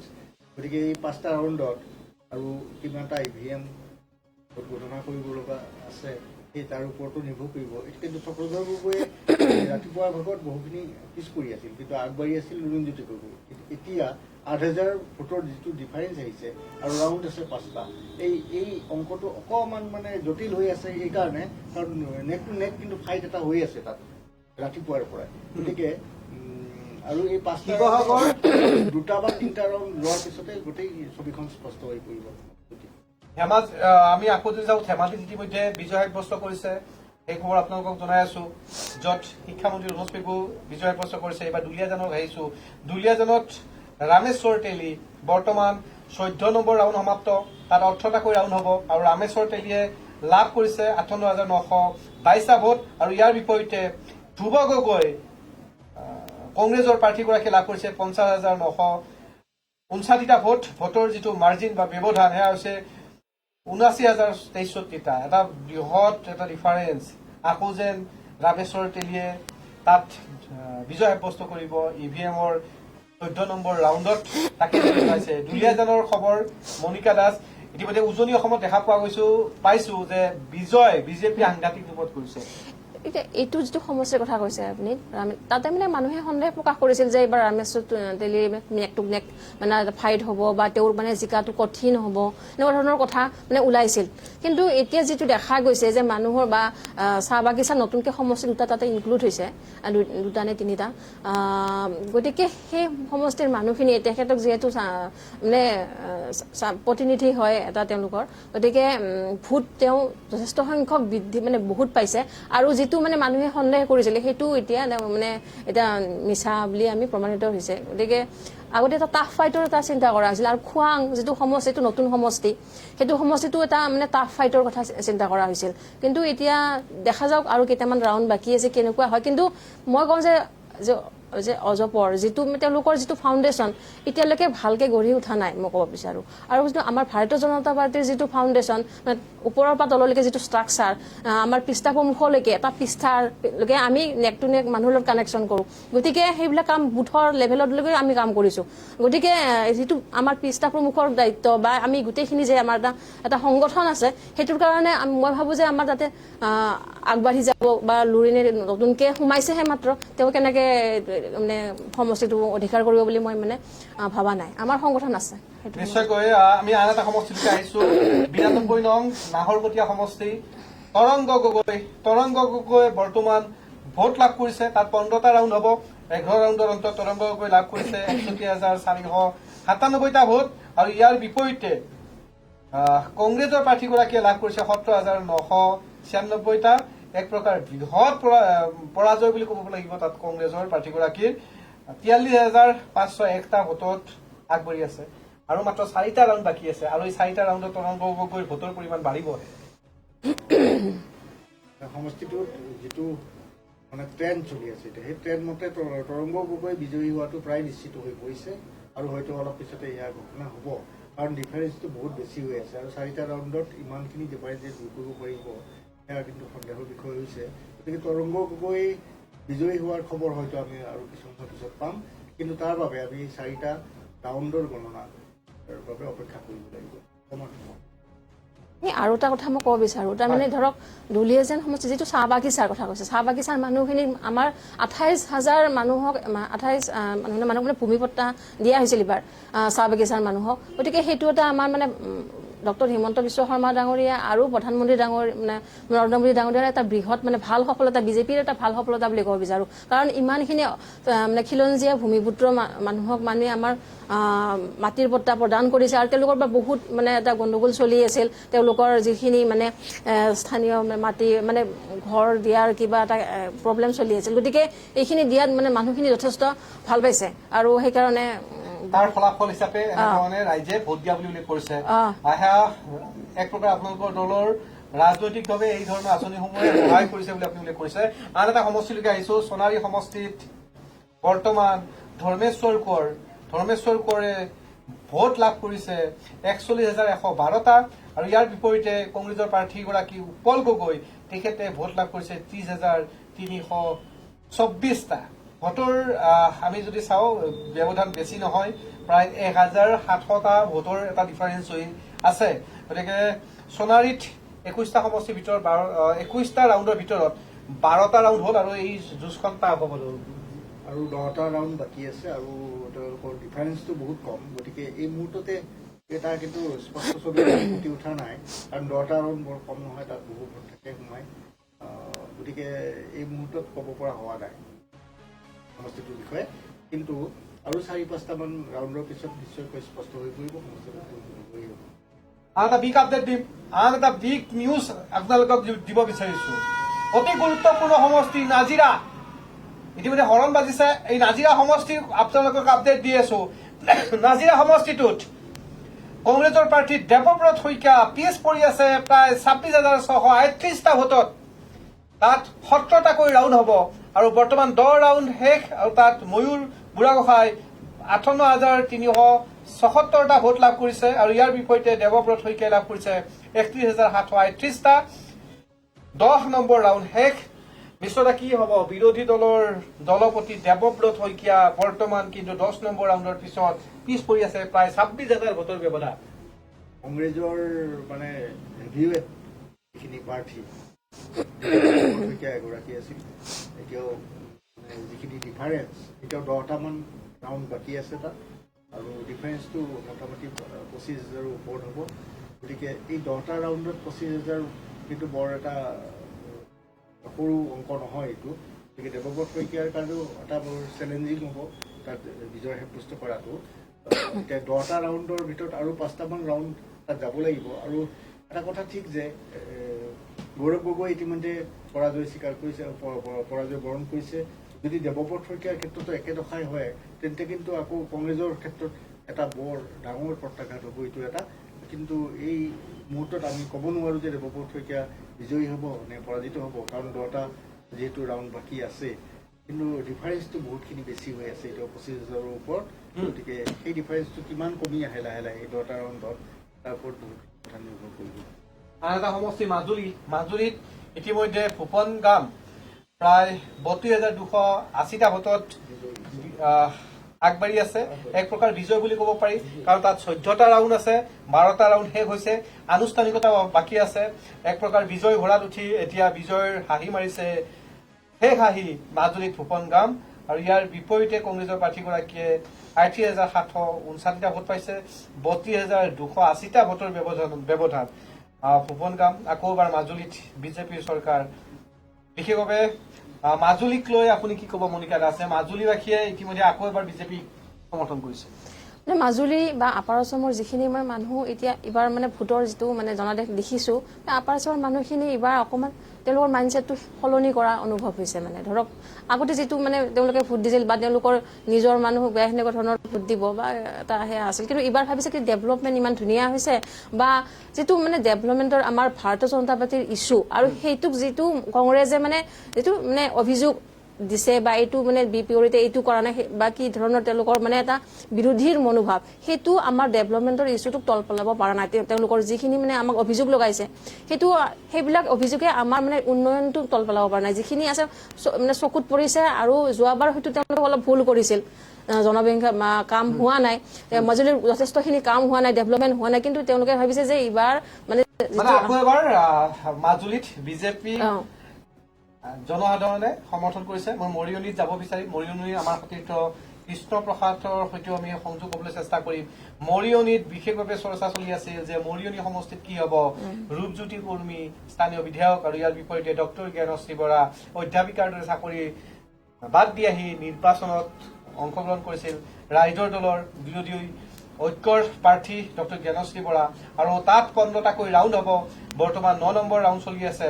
মই কৃষ্ণ প্ৰসাদৰ সৈতে সংযুক্ত হৈছো। মৰিয়নি আমাৰ সতীৰ্থ কৃষ্ণ প্ৰসাদ, মৰিয়নিৰ শেহতীয়া আপডেট কি আছে আপোনাৰ লগত? হয়, নমস্কাৰ নৱজিৎ। হয়, আমাৰ মৰিয়নিত বৰ্তমান 11টা ৰাউণ্ড সম্পূৰ্ণ হৈছে। পিচিআৰ ইতিমধ্যে গ্ৰাফিক্সত আপোনাৰ কৃষ্ণ প্ৰসাদৰ ফোন ইনজিজ কৰিছে। আপুনি শুনা পাইছে? হয় হয়, এতিয়া 11 নম্বৰ ৰাউণ্ড হয় এইমাত্ৰ সম্পূৰ্ণ হৈছে। হয় 51,447টা ভোট ৰূপজ্যোতি কৰ্মীয়ে পাইছে আৰু জ্ঞানশ্ৰী বৰাই পাইছে 41,654টা ভোট। গতিকে প্ৰায় 11,000 ভোটৰ ব্যৱধানত বৰ্তমান চলি আছে মৰিয়নি সমষ্টি। ইতিমধ্যে আপুনি 10 নম্বৰ ৰাউণ্ড চলি থকা বুলি উল্লেখ কৰিছে আৰু 11 নম্বৰ হৈ গ'ল অলৰেডি। 11 হৈ গ'ল। হয় 11 নম্বৰটো এইমাত্ৰ হ'ল। 51,447টা পাইছে ৰূপজ্যোতি কৰ্মী আৰু 41,654টা পাইছে ৰাইজৰ দলৰ। প্ৰায় 11,000 ভোটৰ ব্যৱধানত বৰ্তমান চলি আছে আৰু 4টা ৰাউণ্ড বাকী আছে বৰ্তমান। আৰু 4টা ৰাউণ্ড আছে আপোনাৰ 12, 13, 14 আৰু 15। প্ৰায় আৰু 2 ঘণ্টাৰ ভিতৰত আমি ৰিজাল্ট পাম। এই 4টা ৰাউণ্ডত ৰূপজ্যোতি কুৰ্মীৰ ভোট বাঢ়িব পাৰে নে কমিব পাৰে কি ভাবে শেষ সময়লৈকে ৰ'ব লাগিব নে বঢ়াৰ সম্ভাৱনা আছে এতিয়া 10,000ৰ অধিক ভোটত আগবাঢ়ি থকা বুলি উঠাউনি কৰিছে এতিয়া বঢ়াৰ সম্ভাৱনাহে আছে নিশ্চয়কৈ ধন্যবাদ জ্ঞাপন কৰিছো মৰিয়নিৰ পৰা আমাক সবিস্তাৰে জনালে যে আপোনাক জনাই থাকিম ৰাউণ্ডৰ খবৰ আমি আপোনালোকলৈ প্ৰেৰণ কৰি থাকিম নিশ্চয়কৈ ধন্যবাদ পুৱাৰ ভাগৰ পৰা আমাৰ সতীৰ্থসকলো এক্টিভ মৰিয়নিক লৈ বিশেষভাৱে চৰ্চা আছিল জ্ঞানশ্ৰী বৰাই আৰু ৰূপজ্যোতি কুৰ্মীৰ মাজত যুদ্ধখন কেনেধৰণে হ'ব এতিয়া ৰূপজ্যোতি কুৰ্মী শেহতীয়াভাৱে 10,000 ভোটৰ ব্যৱধানত আগবাঢ়ি আছে এক প্ৰকাৰ ক'ব পাৰি যে বিজয়ৰ দিশতে এওঁলোকে এটা শাৰীত থিয় দিছে আচলতে মৰিয়নিত ৰূপজ্যোতি কুৰ্মীৰ পৰিয়ালৰে এটা বেচ আছে তেওঁলোকে কংগ্ৰেছৰ দিনৰ পৰাই হ'ল গতিকে সেই বেচটো তাৰ প্ৰভাৱটো নিশ্চয়কৈ থাকিব আৰু তাত জ্ঞানশ্ৰী বৰাক যদিও ৰাইজৰ দলে তাত প্ৰক্ষেপ কৰিছিল কিন্তু হঠাতে প্ৰক্ষেপিত এগৰাকী প্ৰাৰ্থী হিচাপেহে তাত বহু ভোটাৰে তেওঁক গ্ৰহণ কৰিছিল তাৰ সমষ্টিগত গতিকে জ্ঞানশ্ৰী বৰাৰ ক্ষেত্ৰত যথেষ্ট আশা কৰা হৈছিল বহুতে কৰিছিল আশা ৰাইজৰ দলৰ ফালৰ পৰাই কৰিছিল বা নতুন প্ৰজন্মৰ ফালৰ পৰাও বহুতে তেওঁক লৈ আশা কৰিছিল কিন্তু এই যে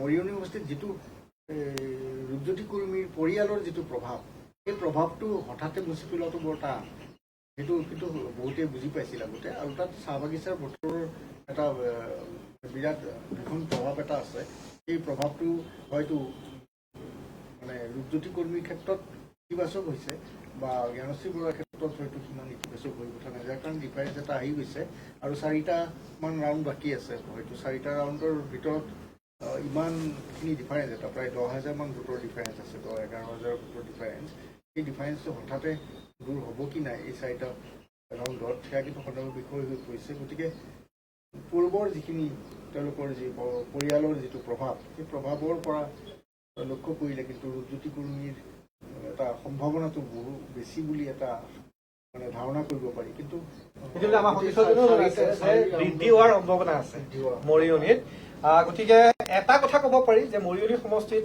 ৰাইজৰ দলৰ প্ৰাৰ্থী জ্ঞানশ্ৰী বৰাও কিন্তু এজন পুৰণা বিধায়কৰ লগত যুঁজখন দিছে আৰু 4টা ৰাউণ্ড বাকী আছে 10,000 ভোটৰ ব্যৱধান ইয়াৰ পিছত তিতাবৰ আহিছো বিভিন্নজন সতীৰ্থ অনুৰাগীয়ে লিখিছে তিতাবৰৰ কথা আমি তিতাবৰ সমষ্টিত আপোনালোকক ৰিজাল্ট দিব বিচাৰিছো তিতাবৰ সমষ্টিত সৰ্বমুঠ 13টা ৰাউণ্ড হ'ব আৰু এতিয়ালৈকে 9টা ৰাউণ্ড সমাপ্ত আৰু 9টা ৰাউণ্ডৰ অন্তত ধীৰাজ গোৱালা তেখেতে লাভ কৰিছে 56,813টা ভোট আৰু ইয়াৰ বিপৰীতে কংগ্ৰেছৰ প্ৰাৰ্থীগৰাকীয়ে লাভ কৰিছে 40,653টা ভোট ভোটৰ যিটো ব্যৱধান 16,160 ইতিমধ্যে 9টা ৰাউণ্ড শেষ আৰু 4টা ৰাউণ্ড আছে গতিকে তাতো এক প্ৰকাৰ ক'ব পাৰি 16,000 ভোটৰ ব্যৱধান গতিকে বিজয়ৰ হাঁহি এইবাৰ তিতাবৰতো বিজেপি প্ৰাৰ্থীগৰাকীয়ে মাৰিব বুলি এটা কল্পনা কৰিব পাৰি উজনি অসমৰ অন্যতম এটা সমষ্টি হৈছে গোলাঘাট অজন্তা নেওগ নিৰ্বাচন নেখেলিম বুলি কৈ শেষত নিৰ্বাচন খেলিলে অজন্তা নেওগৰ সমষ্টিটোত 20টাকৈ ৰাউণ্ড হ'ব আৰু 15টা ৰাউণ্ডৰ অন্তত বৰ্তমান অজন্তা নেওগে লাভ কৰিছে 80,199টা ভোট আৰু ইয়াৰ বিপৰীতে বিতুপন শইকীয়াই ভোট লাভ কৰিছে কংগ্ৰেছৰ প্ৰাৰ্থীগৰাকীয়ে 46,285টা 33,914টা ভোটৰ ব্যৱধানত আগবাঢ়ি আছে অজন্তা নেওগ মনিকা দাস আপোনাৰ ওচৰলৈকে আহিছো যে কি ক'ব যে অজন্তা নেওগ নিৰ্বাচন নেখেলো বুলি কয় আকৌ নিৰ্বাচন খেলিলে এতিয়া কিন্তু ফলাফলত দেখা পোৱা গ'ল যে 33,914টা গোলাঘাট বাসীয়ে হেঁপা পলাই ভোট দিয়া বুলি ক'ব পাৰি অজন্তা নেওগ ডাঙৰীয়ানী মানে কৰ্মদক্ষ আৰু আমাৰ অসম চৰকাৰৰ যিহেতু বিত্ত বিভাগটো তেওঁলোকে চাই আছে আৰু তেওঁলোকে মানে ধৰক গোলাঘাটবাসীয়ে ভাবিছে যে কেবিনেট লেভেলৰ মন্ত্ৰী এগৰাকী আৰু বহুদিনৰ পৰাই আজি প্ৰথম নহয় তেওঁ বহুদিনৰ পৰাই সমষ্টিটোত লাগি আছে বা তেওঁৰ এটা ফেমিলি বেকগ্ৰাউণ্ডো আছে গতিকে সেইটো সমষ্টিত মানে তেওঁ লাগি আছে বা তেওঁ কৰ্মদক্ষ মন্ত্ৰী হিচাপে আগৰ পৰাই প্ৰতিষ্ঠিত হৈছে গতিকে তেওঁৰ এগেইনষ্টত এনেকে মানুহে ভোট দিব বুলি মই ভাবা নাই যে তেওঁ জিকিব ক্লিন চিট পাব তেওঁ ভোট আৰু সেয়া ফলাফল আৰু বৃহৎ ভোটত জয় হ'ব বুলি কৈছে কেইবাটাও সমষ্টি আছে বিভিন্ন সমষ্টিৰ পৰা ইতিমধ্যে কমেণ্ট কৰিছে শিৱসাগৰ শদিয়া কমলপুৰ ক'ত যাওঁ প্ৰথম ওদালগুৰি বিচাৰিছে মই আমাৰ স্ক্ৰীণত চাই আছো ইতিমধ্যে মোবাইল ফোনটো যে আপোনালোকৰ লগত লৈ আছো আপোনালোকৰ কমেণ্টবিলাকো চাওঁ আৰু আমি প্ৰথম আমি শদিয়া যাবলৈ চেষ্টা কৰো এই ফলাফলক লৈ মিছুদা কি ক'ব যে এই ফলাফল পূৰ্বৰ পৰাই বিজেপিয়ে জানিছিল আচলতে গোটেই কথাটো হৈছে উন্নয়ন কেন্দ্ৰিক উন্নয়নৰ বিষয়টোক লৈ যিহেতু এইবাৰ ভোটাৰে ভোট দিছে আগতে কংগ্ৰেছৰ এই 15 বছৰীয়া শাসনকালত উন্নয়নৰ কথাবোৰ তল পৰি আছিল আৰু আগতে এনে এটা দিন আছিল নৱপ্ৰজন্ম হতাশ হৈছিল দুখীয়া মানুহখিনি বহুতখিনি তেওঁলোকে কষ্টৰ মাজেৰে দিন নিয়াবলগীয়া হৈছিল নৱপ্ৰজন্ম হতাশ হৈছিল মানে চাকৰিৰ এনে এখন বজাৰ মেলি লৈছিল কংগ্ৰেছে যিখন বজাৰ মানে অতি ভয়ংকৰ হৈ সদিয়াৰ আপডেট আহি গৈছে মই সদিয়াৰ আপডেট আপোনালোকক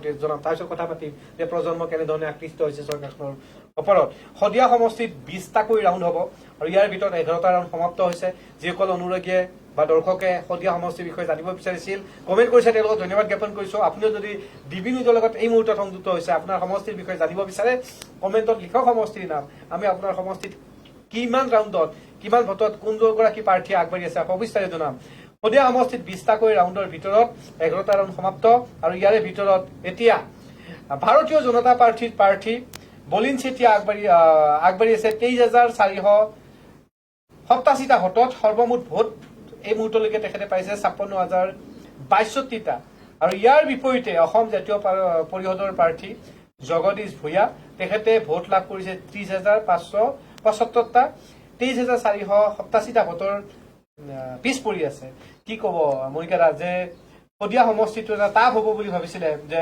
বিৰোধী দলৰ উমৈহতীয়া প্ৰাৰ্থী জগদীশ ভূঞাক দিয়া হৈছে অসম জাতীয় পৰিষদৰ তৰফৰ পৰা কিন্তু এতিয়া ভোটৰ যিটো মাৰ্জিন 23,487টা ভোটৰ ব্যৱধানত আছে মই আগতেও কৈছো যে যিজন আছে আমাৰ বিধায়ক তেওঁ আগৰ পৰাও আছে তেওঁ ভাৰতীয় জনতা পাৰ্টীৰ আগৰ কাম কাজো কৰিছে কিন্তু কথাটো হ'ল যেতিয়া অজপ আৰু আমাৰ ভাৰতীয় জনতা পাৰ্টীৰ সংগঠনৰ এটা ভাল আমাৰ সংগঠনটো মজবুত আপোনালোকে জানে গতিকে অজপৰ এনেকুৱা সংগঠন লেভেলত বুথ লেভেললৈকে সেনেকুৱা সংগঠন নাই গতিকে এটা টাফ ফাইট হ'ব বুলি ভাবিও মানুহে এই কথাটো ভাবা ভাল যে আমাৰ ভাৰতীয় জনতা পাৰ্টীৰ যিটো সংগঠন বুথ লেভেললৈকে বা পৃষ্ঠপোষকলৈকে যিটো সংগঠন আছে আৰু মানুহখিনি আমাৰ যিবিলাক কৰ্মী আছে আমাৰ মানে ওতঃপ্ৰোতভাৱে লাগি আছে গতিকে ভোটৰ ষ্ট্ৰাকচাৰটো সেইকাৰণে আমাৰ নকমে মানে যিটো মানে প্ৰয়োজনত বৃদ্ধি হোৱাৰ কথা আপুনি কৈছে আজি আপোনালোকৰ সঁচাকৈ এটা আপোনালোকৰ দলৰ এটা ভাল ফলাফল যাৰ বাবে আপোনালোকে বাৰে বাৰে কৈ থকা দেখা পাইছো বিশ্বদা যে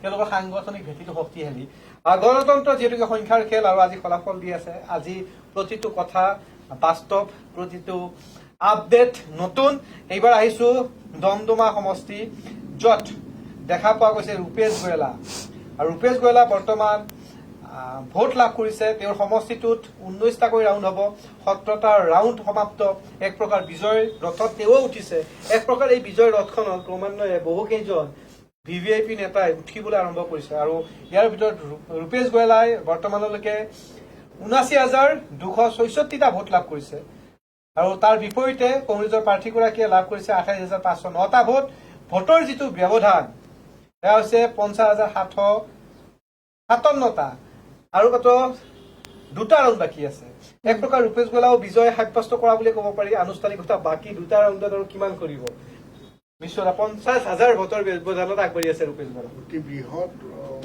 ভোটত তেওঁ জয়ী হ'ব বুলি এটা ধাৰণা কৰিব পাৰি আৰু ডুমডুমা সমষ্টিটো এনে এটা সমষ্টি তাত মানে চাহ বাগিচাৰ ভোটাৰে বিশেষকৈ প্ৰাধান্য বিস্তাৰ কৰে প্ৰাৰ্থীৰ জয়ৰ ক্ষেত্ৰত যদিও কংগ্ৰেছৰ প্ৰাৰ্থীগৰাকীও চাহ বাগিচাৰ কমিউনিটিৰে মানুহ তথাপিতো কিন্তু এই বিজেপিৰ প্ৰতি কিন্তু তাৰ চাহ বাগিচাৰ মানুহখিনি এতিয়া যথেষ্ট আকৃষ্ট হোৱা পৰিলক্ষিত হৈছে বিশেষকৈ ভূমিপট্টা প্ৰদান বা অন্যান্য স্বাস্থ্য শিক্ষা আদিৰ ক্ষেত্ৰত কিন্তু কংগ্ৰেছৰ দিনত যিখিনি পাইছিল চাহ বাগানৰ মানুহখিনিয়ে তাতকৈ কিন্তু বিজেপিৰ দিনত ভালেখিনি লাভ কৰিবলৈ সক্ষম হৈছে এয়া সকলোৱে স্বীকাৰ কৰিবলগীয়া কথা গতিকে তাত খোৱা পানীৰ অসুবিধা আছিল বিভিন্ন বাগানত আমি কেইমাহমান আগতে তালৈ গৈছিলোঁ ডুমডুমাৰ বিভিন্ন বাগান তাত পৰিভ্ৰমণ কৰিছিলোঁ তাত আমি দেখা পাইছিলোঁ খোৱা পানীৰ সুবিধা এতিয়া প্ৰায় প্ৰতিখন বাগানতে হৈছে শিক্ষাৰ সুবিধা হৈছে যিবিলাক কথা এটা সময়ত কংগ্ৰেছৰ দিনত সেই বাগানৰ মানুহখিনি কিন্তু কল্পনা কৰিব পৰা নাছিল তাৰ প্ৰভাৱ আজি কিন্তু এই নিৰ্বাচনী ফলাফলত পৰিছে বুলি ক'ব পাৰি ইতিমধ্যে অনুৰাগী আৰু দৰ্শকসকলে লিখিবলৈ আৰম্ভ কৰিছিলে চিপাজাৰ সমষ্টিটোৰ যে চিপাজাৰ সমষ্টিত কি হৈ আছে ইতিমধ্যে হৰণো বাজিছে আৰু মই আপোনালোকক চিপাজাৰ সমষ্টিৰ আপডেট দিওঁ 49 নং চিপাজাৰ অতি গুৰুত্বপূৰ্ণ সমষ্টি আৰু এই চিপাজাৰ সমষ্টিটোত বিজেপি প্ৰাৰ্থী পৰমানন্দ ৰাজবংশীয়ে লাভ কৰিছে এই মুহূৰ্তলৈকে ভোট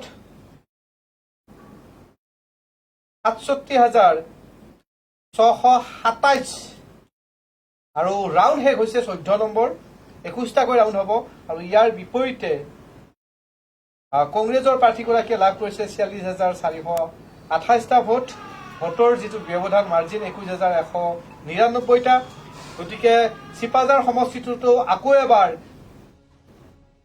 শেষ হাঁহি মাৰিব পৰমানন্দ ৰাজবংশীয়ে আনহাতে মংগলদৈ সমষ্টিত 18টাকৈ ৰাউণ্ড হ'ব 15টা ৰাউণ্ড শেষ 15টা ৰাউণ্ডৰ পিছত ভাৰতীয় জনতা পাৰ্টীৰ প্ৰাৰ্থী নীলিমা দেৱীয়ে লাভ কৰিছে 89,309টা ভোট ইয়াৰ বিপৰীতে কংগ্ৰেছৰ প্ৰাৰ্থী ৰিজুমণি তালুকদাৰে লাভ কৰিছে 53,737টা ভোটৰ যিটো ব্যৱধান 35,572টা এক প্ৰকাৰ ক'ব পাৰি আৰু মাত্ৰ 15, 16, 17, 18 অৰ্থাৎ 3টা ৰাউণ্ড আছে আৰু এই 3টা ৰাউণ্ডত বৃহৎ জয় বুলি কৰিব পাৰি নীলিমা দেৱীক ভাৰতীয় জনতা পাৰ্টীৰ আনুষ্ঠানিকতা বাকী আছে এতিয়া বিজয়ৰ খবৰ আপোনালোকক দি আছো যিসকল প্ৰাৰ্থীয়ে বিজয় ৰথখনত উঠিছে তেওঁলোকৰ কথা উল্লেখ কৰি আছো মংগলদৈত আকৌ এবাৰ বিজেপি চৰকাৰৰ গেৰুৱা হ'ব গৈছে মিশ্ৰদা নিশ্চয়কৈ আৰু বেছি ৰাউণ্ড তাত বাকী নাই মাত্ৰ কেইটামান ৰাউণ্ড পিছতে তাত ফলাফল ঘোষণা হ'ব আৰু তাত ডিফাৰেঞ্চ যিটো নীলিমা দেৱী ভাৰতীয় জনতা পাৰ্টীৰ প্ৰাৰ্থী তেওঁ আৰু কংগ্ৰেছৰ প্ৰাৰ্থীগৰাকীৰ মাজত যথেষ্টখিনি ডিফাৰেঞ্চ আমি লক্ষ্য কৰিছোঁ আৰু 2-3টামান ৰাউণ্ডৰ পিছতে তাত সমাপ্ত হ'ব ভোট গণনা আৰু নিশতেহে ক'ব পাৰি নীলিমা দেৱী মংগলদৈ সমষ্টিত বিজয়ৰ হাঁহি মাৰিবলৈ সক্ষম হ'ব নিশ্চয়কৈ ধন্যবাদ জ্ঞাপন কৰিছো আন এটা ব্ৰেকিং আপোনালোকক দিব বিচাৰিছো সেয়া হৈছে মৰিগাঁও সমষ্টিৰ আন বিগ আপডেট আপোনালোকক জনাম মৰিগাঁও সমষ্টিত ৰমাকান্ত দেউৰীয়ে কিমান ভোটত আগবাঢ়ি আছে মৰিগাঁও সমষ্টিত ৰমাকান্ত দেউৰীয়ে দাবী কৰা ধৰণেই 70-80 হাজাৰ ভোটৰ ব্যৱধানত জয় হ'ব নে নাই ৰমাকান্ত দেউৰীয়ে দাবী কৰিছিল পুৱাৰ ভাগতো যে মই 70-80 হাজাৰ ভোটত জয় হ'ম আকৌ এবাৰ এনডিএ চৰকাৰ হ'ব মুখ্যমন্ত্ৰী ডক্টৰ হিমন্ত বিশ্ব শৰ্মা হ'ব তেনেধৰণে সংবাদ মাধ্যমত পুৱাৰ ভাগতে মন্তব্য কৰা দেখা পোৱা গৈছিল আৰু এই মুহূৰ্তত 14 নম্বৰ ৰাউণ্ডৰ অন্তত ৰমাকান্ত দেউৰীয়ে ভোট লাভ কৰিছে 79,772টা আৰু ইয়াৰ বিপৰীতে অসম জাতীয় পৰিষদৰ প্ৰাৰ্থী বাণীকান্ত দাসে লাভ কৰিছে 38,040টা ৰমাকান্ত দেউৰীয়ে ভোটত যিটো ব্যৱধান আগবাঢ়ি থকা 41,732টা এক প্ৰকাৰ ক'ব পাৰি যে আৰু 6টা ৰাউণ্ড আছে আৰু এই 6টা ৰাউণ্ডত কিমান ভোটত আগবাঢ়ে ৰমাকান্ত দেউৰীয়ে তাৰ ওপৰত নিৰ্ভৰ কৰিব বিজয় 41,732টা ভোটত আগবাঢ়িছে গতিকে আকৌ সৰু সংখ্যা নহয় যদিও বা 6টা ৰাউণ্ড বাকী আছে মণিকা দাস কি ক'ব যে ইতিমধ্যে ফলাফল প্ৰায় এক প্ৰকাৰ স্পষ্ট অকল অসমতে নহয় তামিলনাডু কেৰেলা আছাম পেণ্ডিচেৰী সকলোতে দেখা পোৱা গৈছে ৱেষ্ট বেংগল যে বিজেপিৰ এটা ভাল ফলাফল আমি আগৰ পৰাই মানে যিটো আমাৰ অহৰ্নিশে যিটো চেষ্টা কৰা হৈছে আৰু আমাৰ যি ধৰক প্ৰথম আমাৰ ইলেকশ্যনত এবাৰ পৰাজয় হ'ল তাৰপিছত আমাৰ কি মানে প্ৰব্লেম হৈছিল বা সেইটো পুংখানুপুংখে আমাৰ মানে বিচাৰ কৰা হয় বিচাৰ কৰি সেইটো বিষয়ত আমাৰ কাম কৰা হয় মানে ধৰক সেনেকুৱা ধৰণৰ এটা পদক্ষেপ যে কিবা ভুল হৈছিল বা এইটো কেনেকৈ কৰিব পৰা যায় সেইটো এটা মানে আমাৰ ভিজন ৰাখি কামখিনি আগবঢ়াই লৈ যায় আৰু সেইটো সমষ্টিত নিৰ্দিষ্ট সমষ্টিটোত যিটো সমষ্টিত আমাৰ পৰাজয় পাইছে পৰাজয় মানে হৈছে তাৰ কাৰণ কি সেইটো বিশ্লেষণ কৰে তাৰ ফলাফল বুলি কৈছে মই নিশ্চয় আহিছো আপোনাৰ ওচৰলৈকে যে তামিলনাডুত কি হৈ আছে ৱেষ্ট বেংগলত বৰ্তমান ফলাফল কেনেকুৱা কেৰেলাত কেনেকুৱা সেয়া বিষয়ত আমি জানিবলৈ চেষ্টা কৰিম বিশ্বনাথৰ কথা বহুতে কমেণ্টত লিখিছে যে বিশ্বনাথত কি হৈ আছে আমি বিশ্বনাথৰ ফলাফল আপোনালোকক দিওঁ যে বিশ্বনাথত 17টাকৈ ৰাউণ্ড হ'ব সৰ্বমুঠ আৰু বৰ্তমান 8টা ৰাউণ্ড সমাপ্ত আৰু 8টা ৰাউণ্ডৰ পিছত পল্লৱ লোচন দাস বিজেপিৰ এগৰাকী অন্যতম প্ৰভাৱশালী জননেতা আৰু পল্লৱ লোচন দাসে বৰ্তমান ভোট লাভ কৰিছে 39,455টা আৰু ইয়াৰ বিপৰীতে জয়ন্ত বৰা কংগ্ৰেছৰ প্ৰাৰ্থীগৰাকীয়ে ভোট লাভ কৰিছে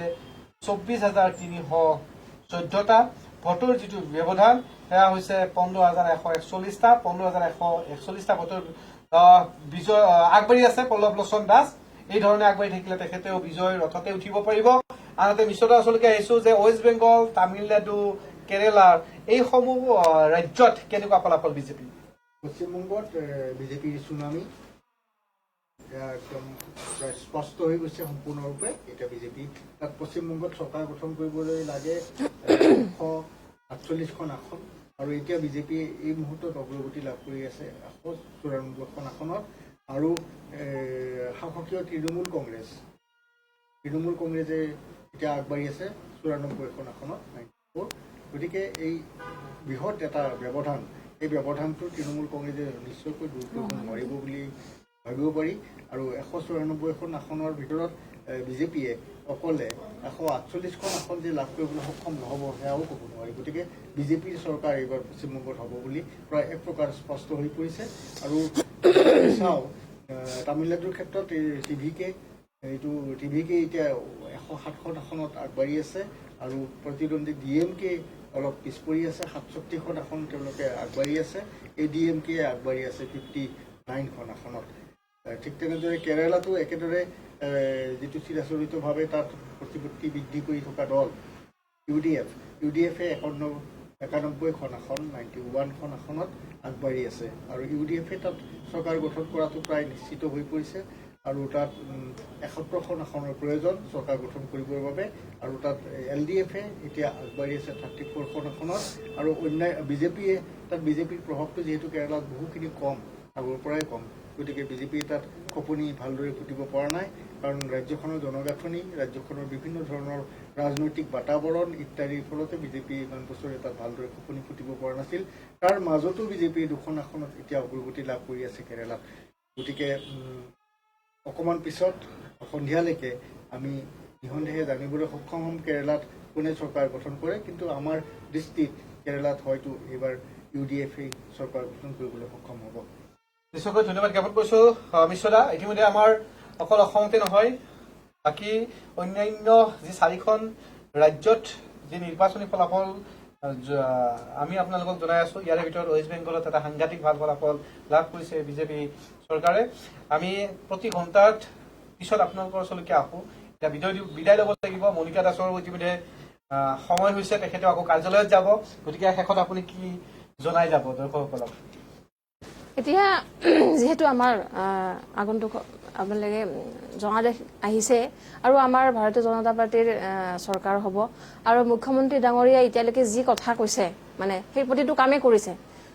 আৰু আগন্তুক সময়ত যিটো কাম কৰিম বুলি প্ৰতিশ্ৰুতি দিছে, তেখেতে নিশ্চয় সেইখিনি কাম কৰি দেখুৱাব বুলি মোৰ মানে বিশ্বাস। গতিকে জনসাধাৰণক আমাৰ পক্ষে, মানে ভাৰতীয় জনতা পাৰ্টীৰ পক্ষে যিটো মানে জনাদেশ দিলে, তাৰ কাৰণে আমি ধন্যবাদ বা আশীৰ্বাদ পালোঁ যিটো, তাৰ কাৰণে আমি ধন্যবাদ জ্ঞাপন কৰিছোঁ। আৰু গতিকে আগন্তুক সময়ত আমি ভালদৰে কাম কৰি যাম বুলি আশা নিশ্চয়কৈ আপোনালোকৰ দলৰ দায়িত্ব আৰু কৰ্তব্য আৰু বাঢ়িব। এতিয়া শেহতীয়াভাৱে পোৱা খবৰ অনুসৰি আকৌ এবাৰ NDA চৰকাৰ হ'ব গৈ আছে, এটা বৃহৎ জয় হ'ব গৈ আছে। কেইবাটাও সমষ্টিৰ আপডেট আপোনালোকক দিলো, আৰু কেইবাটাও সমষ্টিৰ আপডেট আপোনালোকক কিছু সময় পিছত লৈ আহিম, য'ত আপোনালোকে গম পাব কমলপুৰ সমষ্টিত কি হৈ আছে। কেইবাজনো দৰ্শকে ইতিমধ্যে লিখিছে যে কমলপুৰ সমষ্টিত আপোনালোকে আপডেট দিয়ক। কিছু সময়ৰ পিছত আপোনালোকক A to Z খবৰ দিম কমলপুৰ সমষ্টিত দিগন্ত কলিতা কি হৈ আছে। আনহাতে প্ৰদ্যুৎ বৰদলৈৰ ভোটৰ মাৰ্জিন কিমান, কুংকি চৌধুৰী মধ্য গুৱাহাটীত বিজয় গুপ্তা নে কুংকি চৌধুৰী, কোনে মাৰিব শেষ আহি, এই সকলো আপোনালোকক জনাম কেৱল কিছু সময়ৰ পিছত।